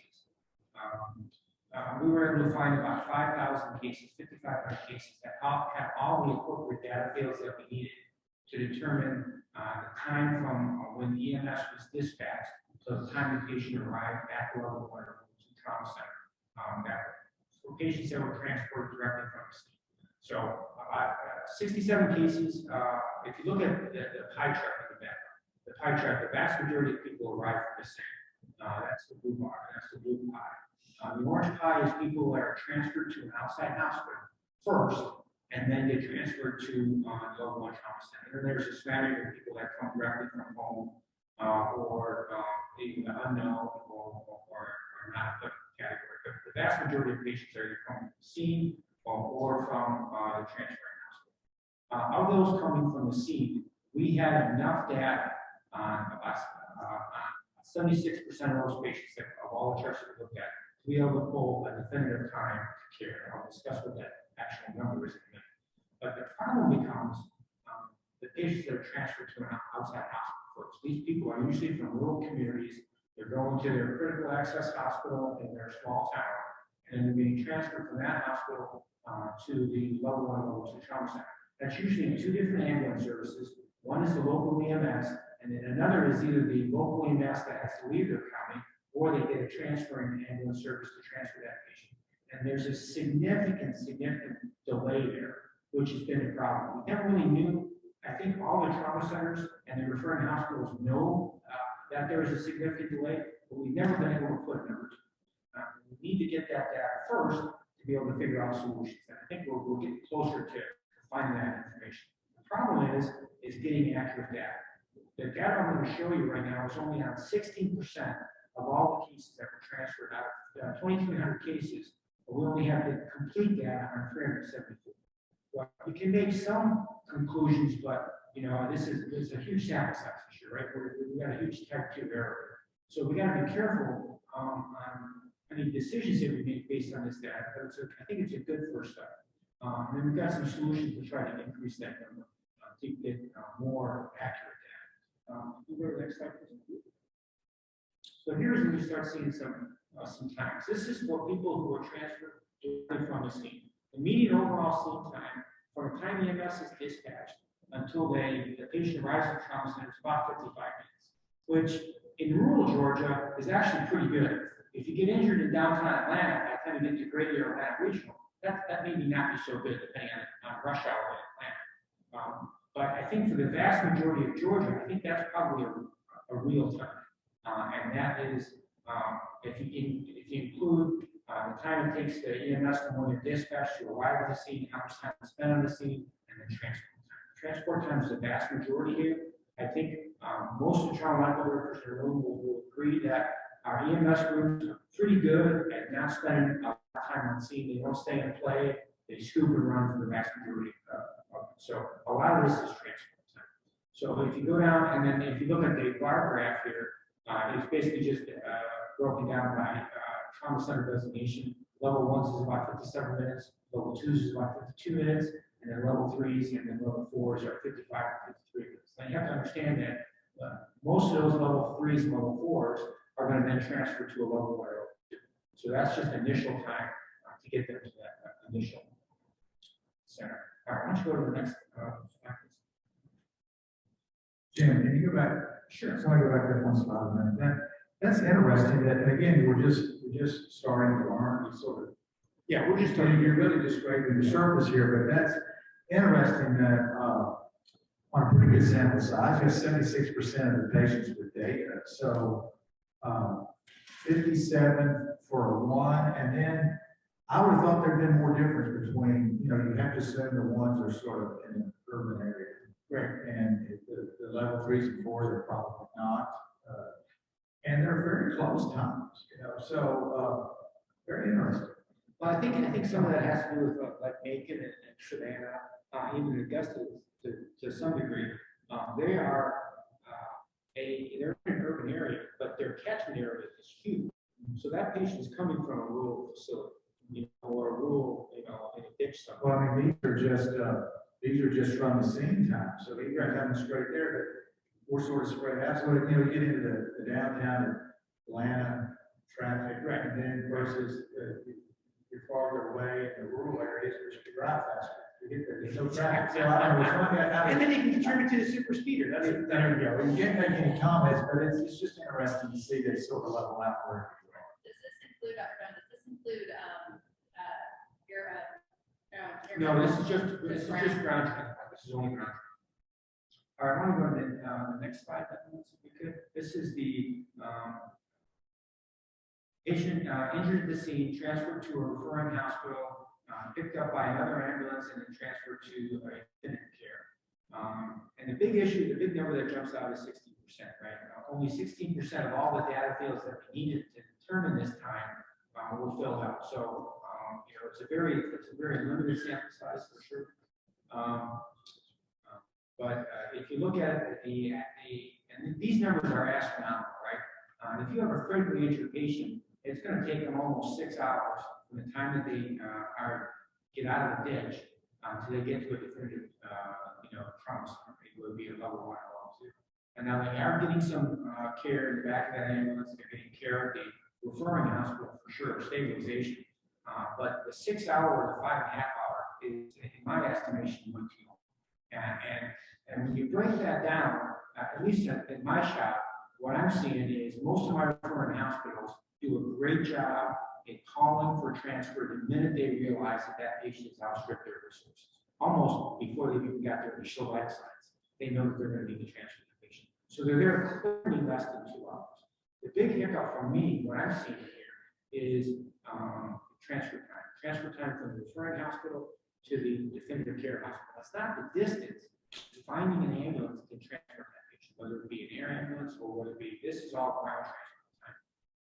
But I think that's something that we're going to probably have to look at from a statewide system. There's just not enough ambulances to transport people from one hospital to another. There just isn't. And people sit at these critical access hospitals for an enormous amount of time waiting for that transport to occur. I don't know if any of the rural, Dr. Patterson, if you want to weigh in on that or not, but that is a significant concern. Now, granted, it's only 16% of the records we looked at, so these numbers could drastically change, and hopefully they will, but this number feels right to me, being from a level 1 and getting that phone call and that application drive for 4 hours. So this number feels about right. Liz, if you could just go back up about 3 or 4 slides to the graph. One more slide. While you're working on that, I'll just make a comment that again, only 16% of the data, we have to be careful on making any hard decisions, but this, at least we have something to look at now that's so great work. I sort of think this is probably right. It sort of feels like what I'm seeing, but again, I need to see it on more data to make sure that that doesn't surprise me, your numbers. I think we are getting better. I think our outlying hospitals are referring hospitals are getting better at identifying things and making that call to get the patients out. I think there's still work to do there, which like large calls and things will cover that. So I think we're hitting the right spot on that. I think that the transfer fees with ambulances is huge. And one reason I know it's huge because I have to review as part of our PI coordinator and myself, we have to review every transfer out of our house. And we don't sometimes have pediatric, like neurosurgery or orthopedic surgery, we have to transfer those patients to, that's our most common transfer to CHOA when we don't have pediatric orthopedic coverage, or we have one on pediatric orthopedic surgery. And I have to look at all those times. And what I found is we have a problem. You think, oh, the big bad level 1 trauma center, you got plenty of ambulances. Well, we do have a lot of ambulances. There's another ambulance company in town, a private ambulance company. We still have tremendous delays with EMS. And I've gotten down into the transfer center, and there's this complicated algorithm. Like if our guys can't take if it's a staff versus a routine transfer, and they got a list of people that they start working the phones, and this is a level one trauma center. Calling EMS to see who can transport this patient. It can take hours. And I only figured that out through our PI process. NCS makes you look at all the transfers. So this is not just a problem from urban, it's a problem, at least in my area. I can speak for your area. So this gets into the fact that the more data we collect, the more we understand it, the more we have to figure out then what the solution is, which is the whole about. But that we have to EMS, the future of our court, we talk about the future of EMS.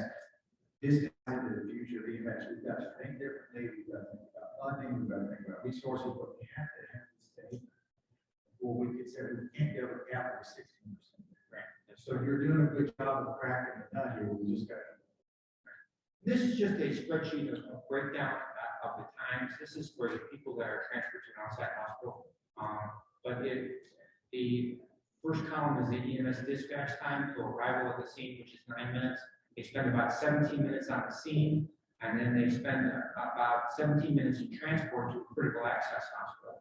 And then they spend 5 hours at the referring hospital before they actually get to the definitive hospital, or before the EMS dispatch to come to the home. So obviously our biggest bang for the buck is 5 hour, 5 hour, and 3 minute time frame. So a lot of that is going to be EMS. So I think this is kudos to our EMS, our senior EMS people. They're arriving quite quickly when they're called. That they don't spend a lot of time on the scene. They get the patient in the back of the rig and they get back on the road, which is what we want, right? But I think that the biggest nut to crack is going to be that 5 hour nut. And I think some of the solutions or some of the possibilities to increase our data capture is going to fall back on the individual hospitals, unfortunately, with their trauma PI process, because they are required to get all the EMS reports, and they are required to build those relationships with the referring hospitals to find out when those patients actually arrived at the referring hospital, when they actually left at the referring hospital, when did the referring hospital call the EMS. And so I think the definitive care hospitals are going to really bear their breath at trying to increase this 16% number to get that up a little bit, because the state only has the data that's on their records, and some of their fields aren't even required. So it really falls back on the trauma registrars at the level 1s and level 2s to try to help get some of this data. There are some other options too as well. I think we're still working on the armband project, which was Office of EMS and T's brainchild, trying to connect those records from the referring hospital, the transport from the scene, that patient to the referring hospital, the intermediate transfer to the definitive care, and how do we link all those records? Because that's a problem, because their name is, Savannah Tallahassee or whatever, and it's not Bob Smith, it's somebody else, and then it becomes even somebody else again. And so you never know really who that patient is, and so it's hard to link those records. And so the thought was we would get an armband with a number that we would scan every time somebody moved that patient, and then we could link all those records that way. But we hit a snag with that. David, you want to just briefly weigh in on that? Okay, I think at the EMS, yeah. There's a problem with being able to only use those armbands for certain mechanisms of injury, and not for everybody. But I think we're still going to use it. We're still going to do the pilot project and see if this even helps a little bit. And if it does, then maybe we can come up with some solutions on how to try to expand it to all mechanisms of injury, not just motor vehicle crashes. But I'm very encouraged that the data is there. We just got to get it better populated. And I think we're getting really close to figuring out what this is going to be, and then we can come up with some hardcore solutions. And I think it's going to be around. So once again, thanks to everyone on the committee. They do the lion's share of the work. I just get the privilege of presenting the data, but they spend hours going through records trying to get this information. So I really appreciate it. Dr. Dunn, I'm curious. I would rather keep it blank when we invest. It's going to bring some more funding to my part. However, I'm curious. I've been hearing a lot of ERs say recently that it's taken them twice as long to find a facility because they've been so full. And then it's also taken EMS. One reason we're having such complications with EMS responding to the scenes is because they know that the truck's probably only going for 4 or 5 hours, where in the past, it was only going 2 or 3 hours to a closer facility. Right. So we're traveling a lot farther, even in the air side. We're going down into Florida, we're going down to Baton, South Carolina. I don't look for that to continue to be a problem with hopefully the way it's starting to change a little bit. But I know over this past multiple 6 months, I've heard multiple ERs complain about the amount of time it takes them to find a facility and the distance, and the EMSs they've got to strategically place a truck there in order to make that truck, or make sure that that truck can get back, or make the distance. So most counties don't want to lose a truck for that long period. Therefore, they're using a lot of private services. But do you know, in that 16%, do you know if any of that study with the 5 hours, 51 minutes, which really is a surprise to me that it takes that long. Back when I started in '88, I could see that because it really took a long time to get that process going. But I thought that it had really reduced. But how much of that do you think, or do you have a clue, could be possibly due to not being able to find a facility or having to travel long distances? And you know, I don't have a good sense of that, Rick, but I think you hit on a much larger point. Because of COVID, I think this really exposed some of our weaknesses about our surge capacity in our, tertiary centers. We were centers that have never gone on trauma transfer closure for, decades are now on trauma transfer closure routinely. And I know that, Augusta, Macon, and Memorial are texting in the middle of the night saying, hey, listen, one of you two guys got to stay open because I'm going to close right now, And that goes to your point. Instead of going to Memorial, which is a half hour, you have to go to Augusta, which is 2.5 hours away, or Macon, which is 2 hours away. So that is becoming a problem. But I think that I'm hopeful that that's just related to the COVID situation we've been in the last 2 years.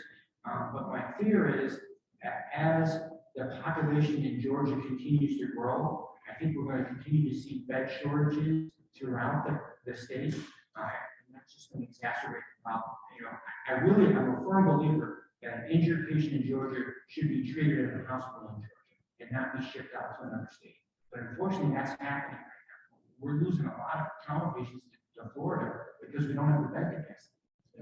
This brings up a good point too, though, that maybe if we were able to look at some of the diversion hours, whether it's just for transfer or actual total diversion for our EDs alongside this information, would that inform it? Because when you look at it, and when you said that, it just popped in my mind.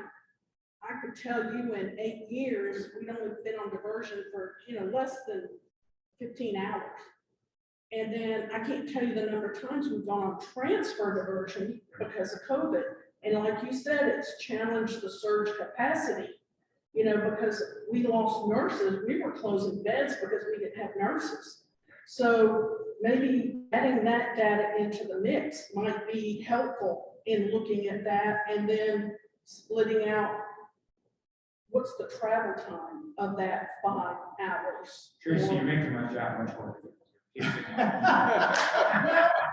As support to you, we're pulling that into the registry. We kind of defined it, and we're making it more important and asking them to validate. So we do have those pieces of information.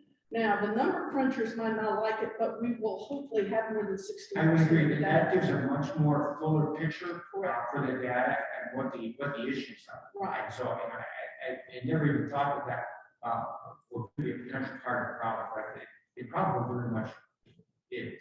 So there's a gap in our data for sure. I think also just to add into that from a system level standpoint, what we've seen over the last 2 years is an increase in hospital length of stay because our COVID patients don't go home. Right. So they stay for 10 to 14 days. So at the peak of COVID, when a lot of these issues came up, and I know they're still occurring, we were at a lower capacity in the hospital, but not because we were turning more patients, but because the patients were staying longer. Right. And that's a national trend, not just Georgia. So I think hopefully, to your point, if our numbers start to come down and patients start going where they need to go, because COVID numbers drop, which they are, that may hopefully open up some more capacity, but then it leads to the staffing question, which is also a challenge as well. So I think this is all great conversation on how we can help improve because those outlying ERs need our help. So a lot of great discussion, so thank you, everybody. And just one more comment about this. This is great. One data point I think it'd be good to track too is the ISS scores of these patients. And I know EMS really tries hard to determine who needs to go on scene from a rural area straight to the level 1. Or are they critical enough? We need to bring them to our closest hospital and then stabilize them. And then, so it'd be a good way to track as they change their protocols. Are they doing a good job or not like that? But, their changes they're doing, are they making a difference? Are we getting those more critical patients up to the definitive care hospital in a shorter amount of time? So that's a great point. Can you go to the first page of the? I was just looking at it. I don't know that we actually It's all the way have up, the it's ISS. actually in the report, it's in the, Oh, there it's right there, yeah, it's right there. I can't see that, so I'll do it. There you go. Here you go. Okay. It Make it a seems to bigger be, print. there. Can you see that? Yeah, so we actually broke it down.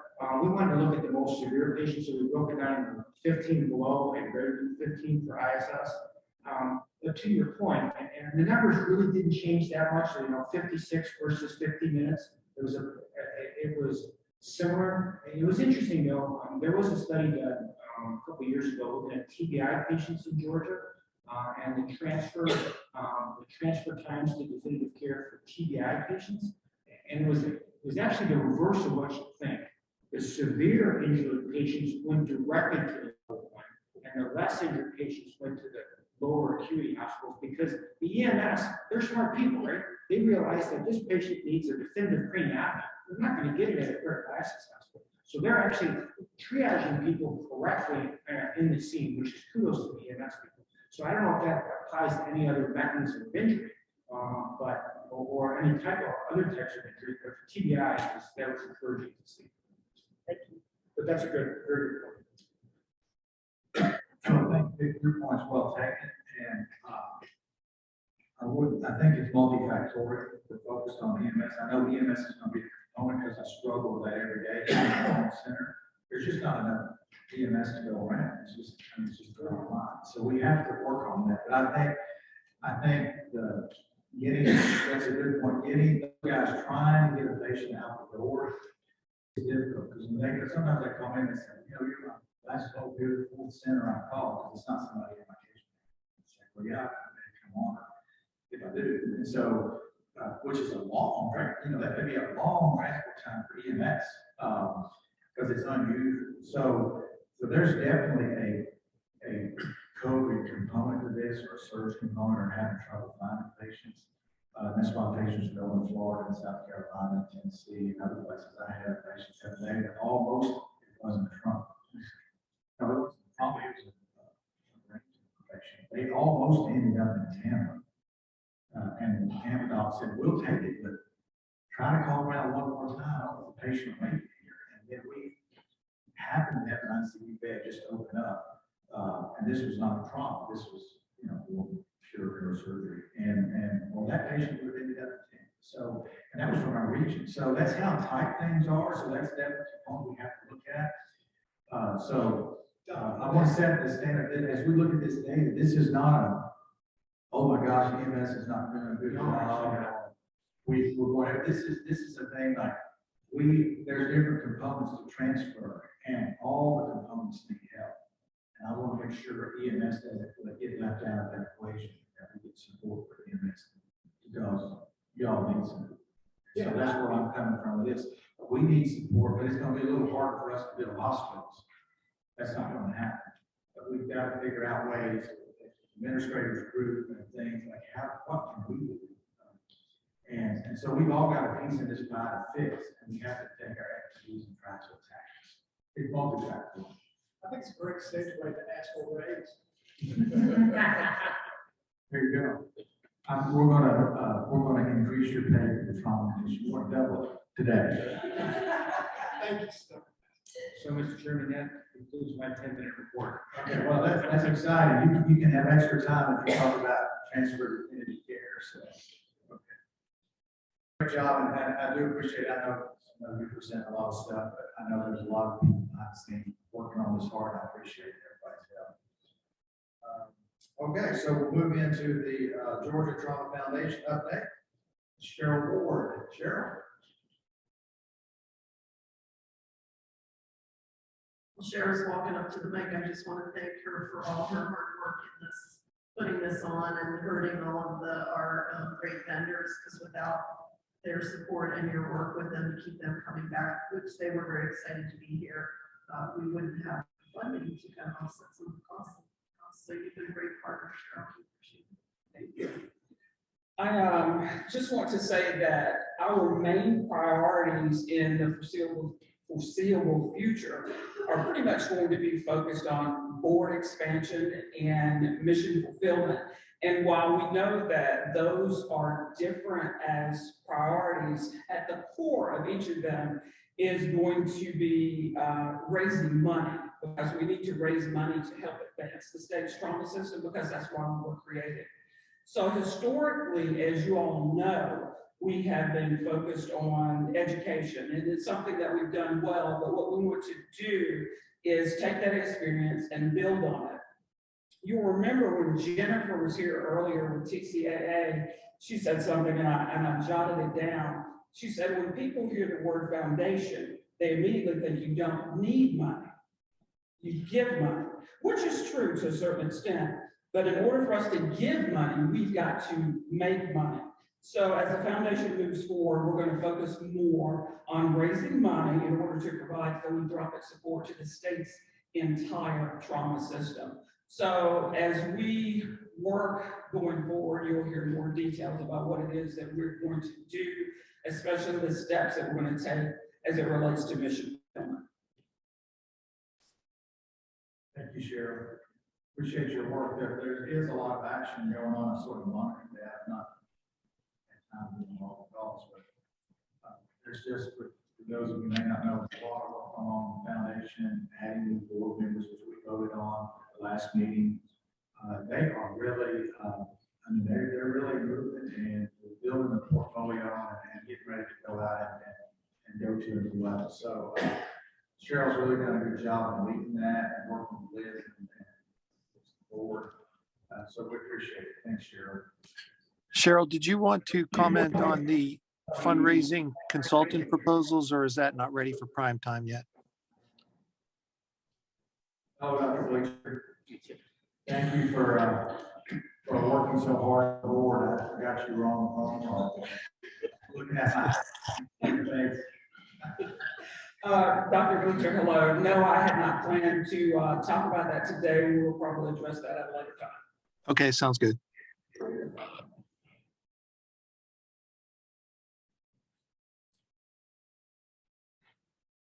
Okay, we'll move now into the Georgia Quality Improvement Program update. Dr. Todd and Gina Solomon. He said he would just let me do this day, but I am so happy to have Dr. Todd here with us today as he learns. He's really been learning on the fly and has been a great addition. So it was great. We had a great meeting yesterday. Like, there's so many ideas now flying. I'm just so excited to what we're going to be able to do in the future for that. So brief update, the work groups are continuing to move forward. They gave some pretty robust reports yesterday. Sorry, they gave some robust reports yesterday of the work going on in those subcommittees. We did some polling questions, and everyone seems to think we're kind of on the right track with those, which is nice. They're putting in a lot of work, and hopefully we'll have more call for volunteers to get some more engagement in those work groups. The benchmarking platform and Data Central site, we slowed down a little bit. We had a couple of snags with the security assessments, but we have moved past those. So we are working with the commercial contract team with the state. So we hope to have some contracts in place with Arbor-Metrics and ESO, hopefully within the next couple of months, and we can get those kicked off by May. So there's a little bit of light at the end of the tunnel with that. Peer protection and data use policies, we are continuing to meet with the special counsel and the AG's office. We started with really a confidentiality policy and agreement, which I think will be key to move forward as we start to really look at some de-identifiable data within the group and identify identify high performers and work to improve care. And then we also started the GQuIP Trauma Advisory Committee. So we engaged some TMDs from centers around the state to help us, drive what we need to do, and give us some feedback and insight and ideas and help us move new projects and old projects forward and make sure we're making good progress within that. So I included there's a kind of timeline of where we're at with the Arbormetrics project. So again, we hope to be kicking off in May with a project build for that. Okay, any questions for Regina? I thought y'all did a great job yesterday. The work groups were really putting in a lot of time, working hard, and great reports. And so, I know it's been a heavy lift as you took over to get to this point. Of course, now Dr. Todd coming on and as well. So, keep up the good work. I think it's there's going to be even more real data coming out soon. Thank you. Okay. Well, next report will be Office of EMS and Trauma with Renee Morgan and David. Henry.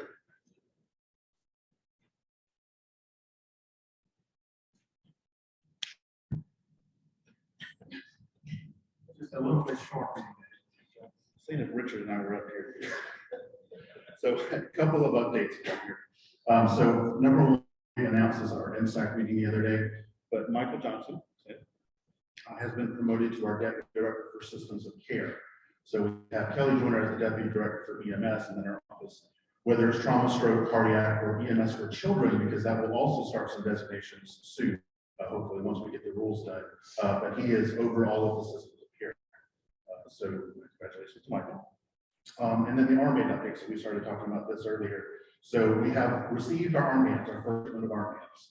And we're actually working, so Rachel, and she'll talk a little bit about this with the GCC update, but Rachel, along with Cassie, our manager, are working on how are we going to implement this pilot. The original funding for this came from the Governor's Office of Highway Safety, and as Dr. Dunn indicated, they came back and said, well, you can only use the armbands you purchased with our money on crashes. It's like, oh, we've got a little bit more patience than that, because even if you look at all of our systems of care patients, crashes only account for about 5% of those in the EMS data, and so we have to basically find another funding stream for the rest of the armbands. The armbands cost 17 cents a piece, which doesn't sound like a lot until you think that there's of 911 calls in the state of Georgia that ended in transport are 901,000 last year. That number starts to get pretty big when you start doing that. That's at least 150,000.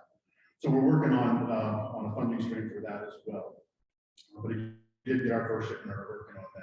And Rachel will talk a little bit more about how the armband will incorporate into the GCC. For EMS agencies, we're also working on our timeline for the next version, which is the National EMS Information System Standard. The current version that we're on in most of the country is on version 3.4. 3.5 has been out there for a while. All of our vendors are working at implementing it, and it actually has better integration with things like the trauma registry, right? So if you've heard in the trauma registry calls the UUID, it's a universal ID number that will be in the trauma registry, but also in EMS data. So we're working on the timeline for that as well. And then I'm going to turn it over to Rachel to talk about the stuff. You have a question? Yeah, real quick. So every time we change a version, we've been unable to incorporate the previous data into the new version. And so will we be able to do that?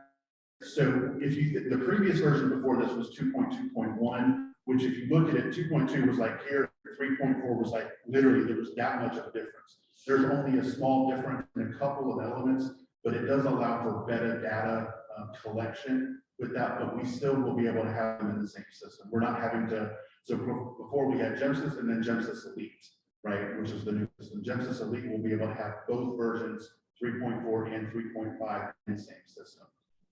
So when you have one report, you'll be able to get data from both of those two systems, or yeah, you run two different reports?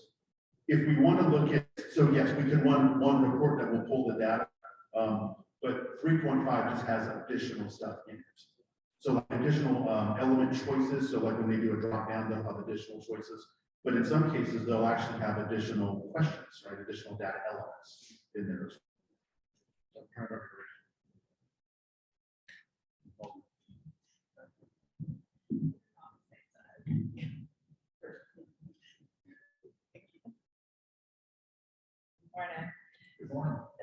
give you an update. I know the commission has asked us regarding trauma transfer diversion or just transfer diversion statuses, as well as diversion statuses that we're looking to update, change, make edits to the current website and what we can do with that. So to give you some updates, and this is all related to the GCC and the website, right, the hospital status dashboard. So transfer diversion statuses as well as emergency department and service line diversion statuses are expecting to include all of those in the hospital dashboard on the new software platform that we are working to procure.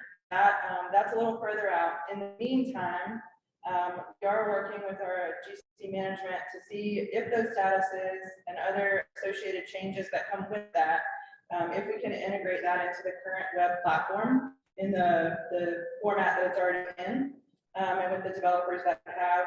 So if those changes are able to be made to that platform, the timeline for build out and integration is really dependent on the developers. Finding out what that will look like as far as the build out, and then also how long it will take. So waiting on some information and some cost estimates on that right now. And that's really where we are with that. Let's see, as well as providing education. So it's for us as we move forward with everything with the GCC that any changes that we do make, we have a huge user base at this point, all of the hospitals, but also EMS and also the public facing website, right? So any changes that we make that we're putting education out to go with that before we make the change live. So that's basically where that is. Are there questions? So just to clarify, before you go into a rebuild or you request the information to build to get a new system, I think what we're looking for, at least from a trauma standpoint, are two categories. Trauma diversion, meaning our hospital is closed to trauma, period. Right. And then two, trauma transfer closure, which means we can take trauma from our main area, but I can't take it from a critical access hospital 2 hours away. Right. So I think those are the two categories we definitely need. Now, that also closes the STEMI stroke and everything else, but I think for trauma, those are the two categories we're looking for. Is that correct, everybody? It was actually trauma transfer diversion.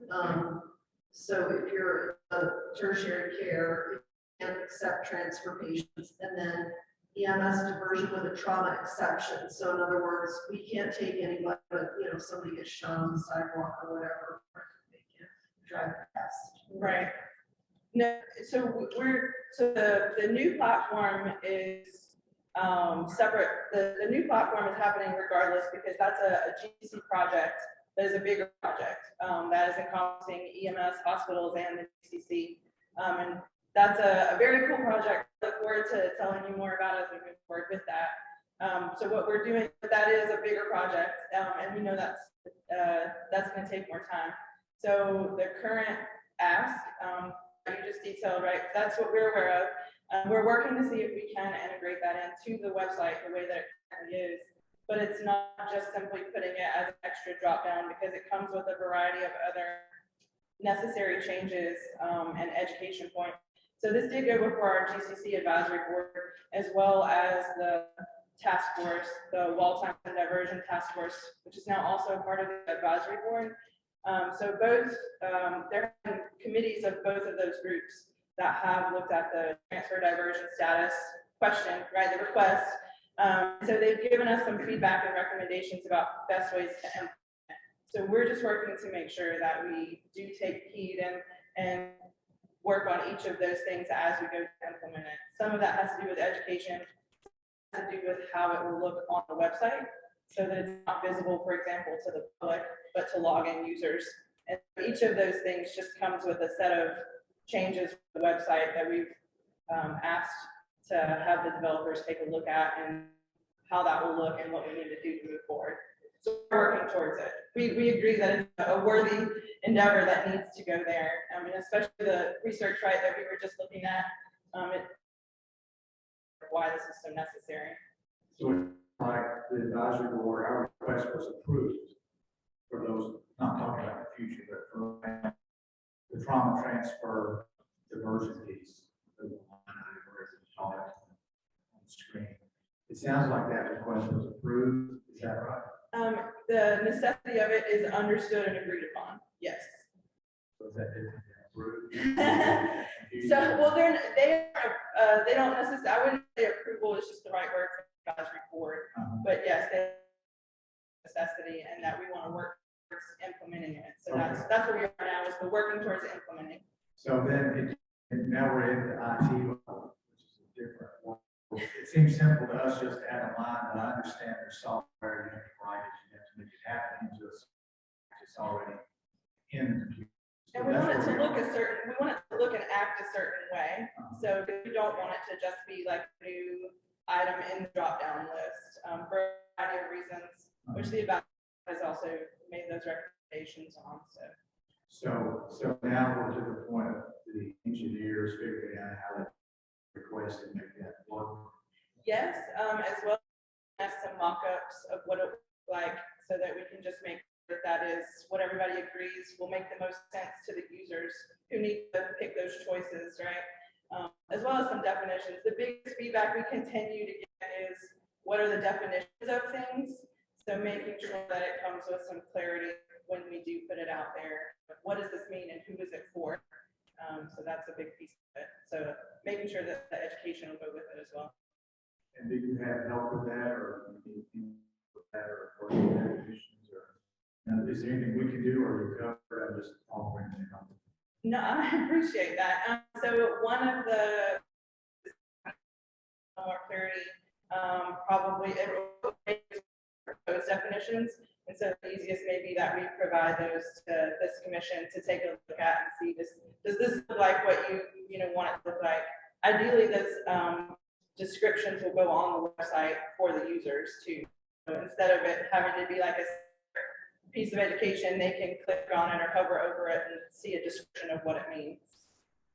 So then I guess the last question, maybe I don't know if I'm not open there, is, so what is a timeline for, not the super bill, but right, just getting this incorporated? What's a reasonable timeline with your IT? More than the developers that we're currently using are the GCC management and back with them. So I'm just kind of waiting to hear back a little bit more information about cost and timeline. So I don't have a good answer for you, which pains. I would like to see it sooner than later. I don't want to give you a timeline and it not be correct. I appreciate that. So our request would be to understand how developers work. We work with EMRs, our hospital. I know how difficult one small change will work would be in software. So our request would be consolidated this morning. Yes. And other charts and graphs about work around and out there. So I'd love to get the word across the thing. If there ever was an IT emergency, it sounds a little bit funny. This is one where this needs to turn around in days to weeks, as opposed to we'll have it by 6 months from now. So it's not a typical IT timeline, which may be difficult to understand. Right. No, I appreciate that. Dr. Ashley, I've got a couple of things on Virginia's got questions too. So just so everyone is aware, the operating arm of GCC is Mr. Grady, so actually reports under me.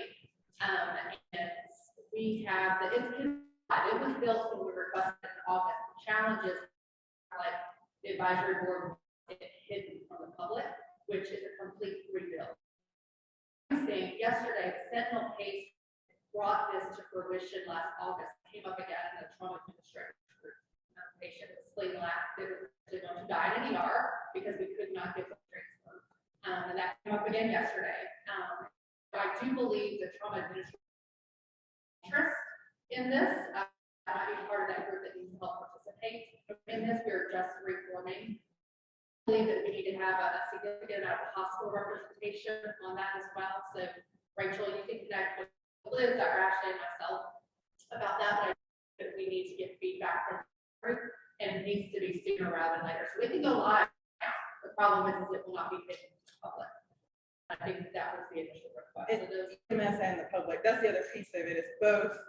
Every committee who's looking, I don't mean to interrupt, I'm sorry, but every committee has said the same, is that the public and EMS should not see the transfer diversion statuses for confusion reasons.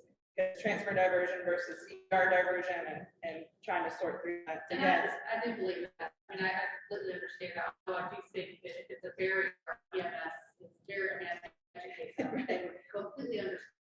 Better than the public. That we're doing. I just started thinking when you were talking about the we have this available. Again, I think it's concerned about liability and liable patient doesn't need regardless. As you were talking about, it made me think back to the display that we had. Could there be some consideration to display that could provide you at the service line availability? So if I had to transfer a patient to Atrium, I look and see, so Atrium was encumbered from a neurosurgery standpoint, but orthopedics and all their other services were available, I could make a decision as to, I can go ahead and call them because I have an ortho and a neuro issue. So it's very granular level versus global. Forum. Would you consider something similar to that in your the long-term bill that you're working on now? For both, yes, for the current ask, not actually just trauma, and that's part of it, that why it's had to be looked at by so many people. It's because it's all transfer versions, so it could be a variety of things. It could be ICU, CCU diversion, neuro diversion, neonatal diversion, whatever it might be. We'd rather have the once for that reason, because a catch-all or only one service line of STEMI, stroke, CAF, whatever it may be, having those, and that's what some of the groups have been looking at, is which ones are your that we know are the ones that are causing the most problems right now, and hospitals the most. So we're helping a lot of the transfer issues that everybody's having. It answers one of the problems, which is I need a facility. So two questions. The platform that you're working on, is that a commercially available? We are putting out our for vendors to, most vendors of the type of platform for us have elements of it, but would need to build out the Georgia version of everything that we work together. So you're looking at a platform that will be agreeable. Civics support. Yes. Secondly, are you collecting any data currently about hospitals that are going on the virtual? Yes. Do you have any Why they go on there? There are, the GCC advisory board and task force are looking at that because so there are a variety of things we have looking at with that, yes. And the advisory board and the task force are definitely the places to look for that. If you have specifics, I can. One thing that we talked about being on the new system, when a hospital says we're on a universal status, right, that they would be proper.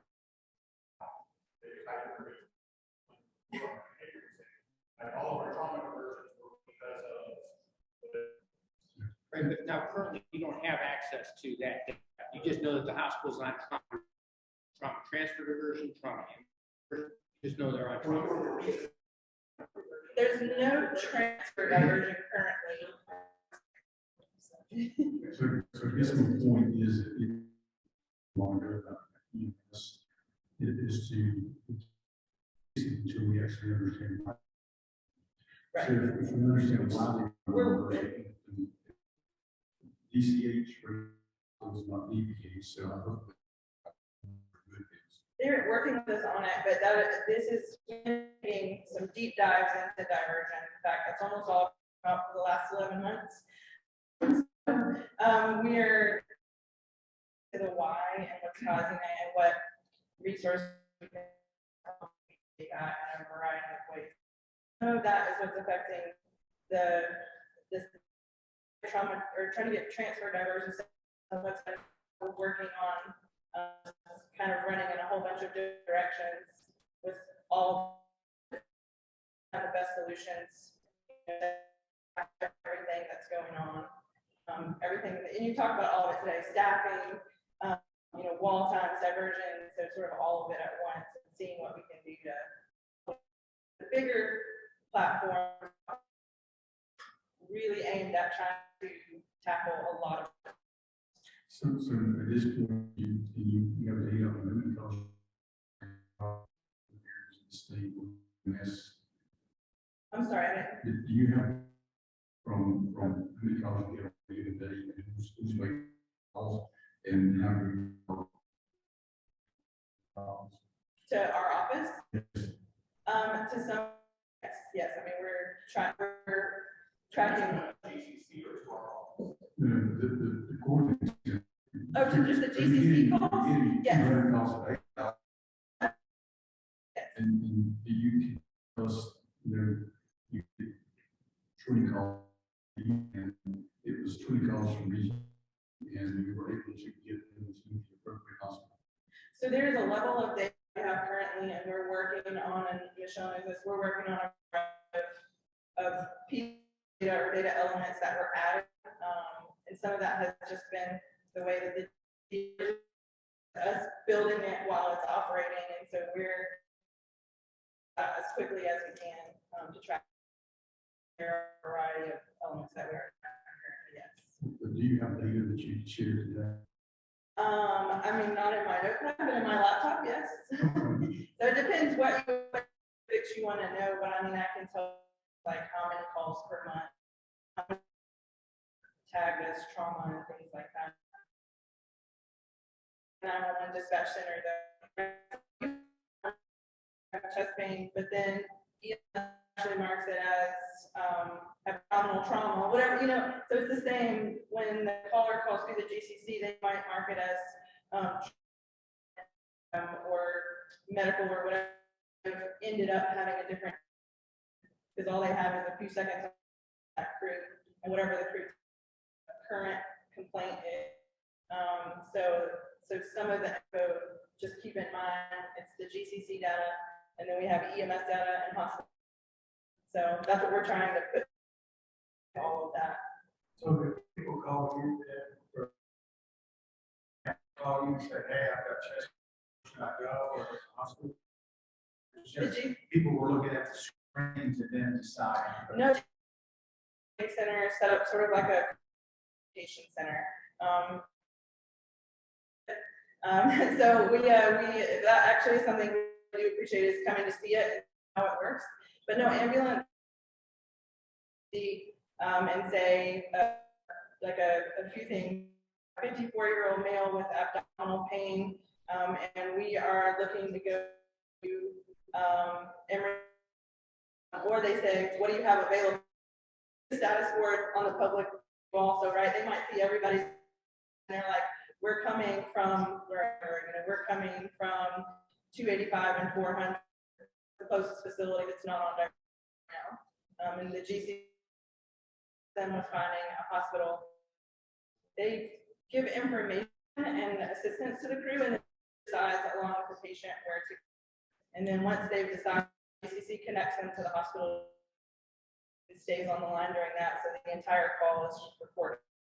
So then can the ambulance crew or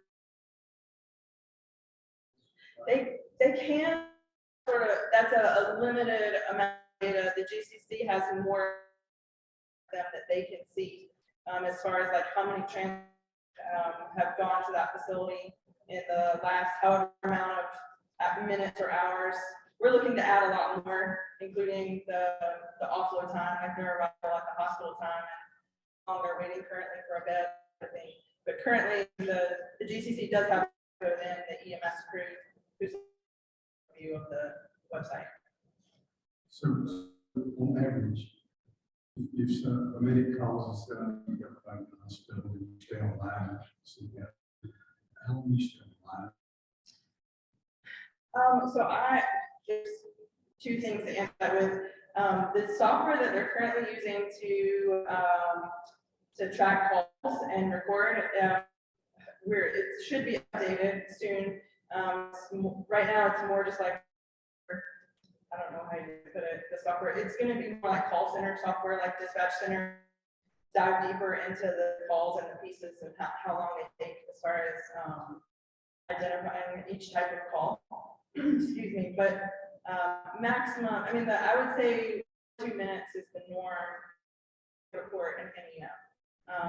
So the same or less time than calling a hospital. The crew is in the hospital and they have to call 4 hospitals before they find one that's not diverting. Right, then there's going to so the GCC piece doesn't add any time to the call. I have that 54-year-old man with abdominal pain. What's closest to me that's open right now, or I'd like to go to whichever facility. That's the only piece that's added in. Courtney, I think one really good piece about, as Rachel said, is while they can see what everyone's status is, they don't know that the GCC is sent 5 patients to these hospitals. So you would be 6 versus maybe Grady hasn't received anybody in the last 45 minutes to load that. What we also do is we stay on the call. So we record every call. And I would say from a hospital perspective, the ER nurses are not always the nicest people in the world. Yes, they and they would push back. And so now they never reported, and so that reception is a little different. We've also had some challenges with some of those interactions. I think being able to have this clarity has provided a little bit more oversights and patients. There's a variety of ways that it's sort of changed how that interaction between EMS and the hospital and giving report and whether or not they're diverted. Because also they're talking to the same communicator at the GCC. There's a handful of people that they might hear from in their 12-hour shift that are in the GCC, the nurse that's answering the phone in the ER. And so they have a much more, instead of every medic on every truck, right? So they have a much more, I would say, close relationship with who's calling. And they know, the conversations, like Michelle said, that they've had in the last half hour at that same hospital or whatever it may be. And I think that's great, particularly, the recording, you got exactly what happened. My concern is that you're taking a couple of minutes to do that. Most of that times, the ambulance calls are obviously recorded. Yes, and we are working on all of the ways to tackle that, everything from staffing and space to the software platform, which provides a different set of ways that those notifications can occur. So it's a multi-fold approach.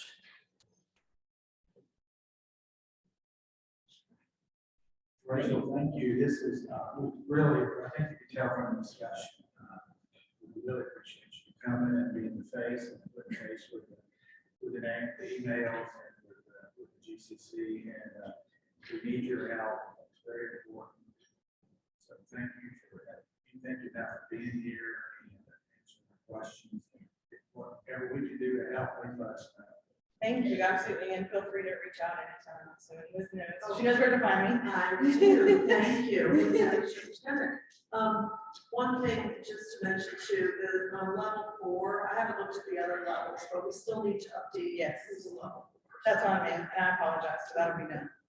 Working on it, 'cause we're working on updating all of those for all of our systems of care, so that's been a sort of learning curve for me. Yeah. Finding the best ways to manage that. If you guys want, I can include her, we can have you virtually, of course, wherever we are, you don't have to travel. Well, if it's somewhere like here. Yeah. But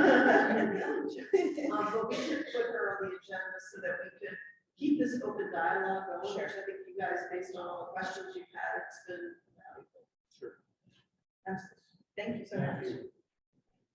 Okay, that's, oh, Sorry. Sorry. Woman that needs no introduction. Well, no, such force. I'm just gonna give a quick update. I mean, the good news is that since things have started trending differently for COVID, is that a safe thing to say? That we are able to open up and get some viewers and get some things scheduled. So by the end of this month, since we're already in March, we'll have a site visit for our first designated trauma center in Region 4, which will be the Grange. So I'm excited about them coming on because that'll be the first one in Region 4. But we also have redesignation scheduled for the end of this month. We've got one probably within the next 60 days. We'll have a new level 4 in South Jordan, Colquitt. We'll also, I'm in talks with Valdosta and Bainbridge. So looking at the rural map, those are some crucial areas in that gap area. So we can move forward. What was the Valdosta, what level was that? What level? I hope there'll be a 3, but we've got to finish the initial evaluations and stuff to see. They're sort of iffy on some of the backup call. The good thing is though that the little hospital in Colquitt has been, even though they're aiming for a 4, she's been running the program under a 3. So other than them acquiring another maybe general surgeon, they will be one of those that probably once they come on board within 12 months, they'll be up to a 3. So I was very impressed with that small hospital. And What what about they, LaGrange, what level are they from? LaGrange is a 4. Again, they have backup call schedule issues. I mean, everybody's got limited resources right now, and they're having to share, with other facilities, and it's just been really difficult. And their systems have been affected just like nursing and EMS and everything else through the COVID. People are leaving, they're burnt out, they don't want to participate. So they're trying to build their systems back up, and almost every hospital is recruiting physicians and surgeons. So hopefully with things kind of calming down and getting back on schedules that, we can get some of that stuff done. So even through I guess that's kind of a good thing about the pandemic is even though we couldn't make visits, we were still able to support and help and build the programs to move forward. Because we didn't have to have a lot of in-person stuff for that. So that's kind of where we're at. Renee, just a quick question. Were there any visits able to be accomplished in 2021? In what now? In 2021, were there any designation visits able to be accomplished in 2021? We did just a couple of site visits in 2021 because, again, we couldn't find reviewers, even if people could leave their facilities. But I can update that for you. But yes, we did do some redesignations. But we're still, like I said, personnel just hit us really hard. Because even if someone could, if they were ready for their redesignation, we just couldn't find reviewers to go. And they couldn't leave their facilities, or they'd been so overloaded they didn't want to do anything different. Now we are exploring to go ahead and set up our system on the virtual visits, just to prepare again. But I'm hoping that we won't have to utilize those, but we're exploring that activity so that it will be there in the future for us to be able to do it. Do you have a spreadsheet of the 3s and 4s and where they're at in the designation process? Yeah, if you could just send that to Liz, and then if you could send that the centers that you were able to visit or redesignate, not just visit, but redesignate in 2021, then we'd like to see that as well. Thank you. Application process for being a reviewer. I sent in 2 different applications. The first one, they said I was missing some stuff. The second time I was told I filled out the wrong form, or I was given the wrong form. And I got, I just ran out. Yeah. I keep I can double check for you, see if that's approved or not. I think there's some people that would do it, got a little more streamlined process. It generally works pretty good, but we were having some problems with it. Well, the problem with all the stuff, one would submit the stuff, and then she had to keep following up and say, oh, it was this form that wasn't right, because you weren't the only one that was kind of caught in a vicious cycle. So, but we'll follow up and see. All right, any questions? Thank y'all. Thanks, Renee. Okay, any new business from the commission members that did make it to the agenda? I see none. So, man, can I get a motion to adjourn? All those in favor? Aye. Thank you all for coming. Thanks, all you guys for hanging around. Appreciate it.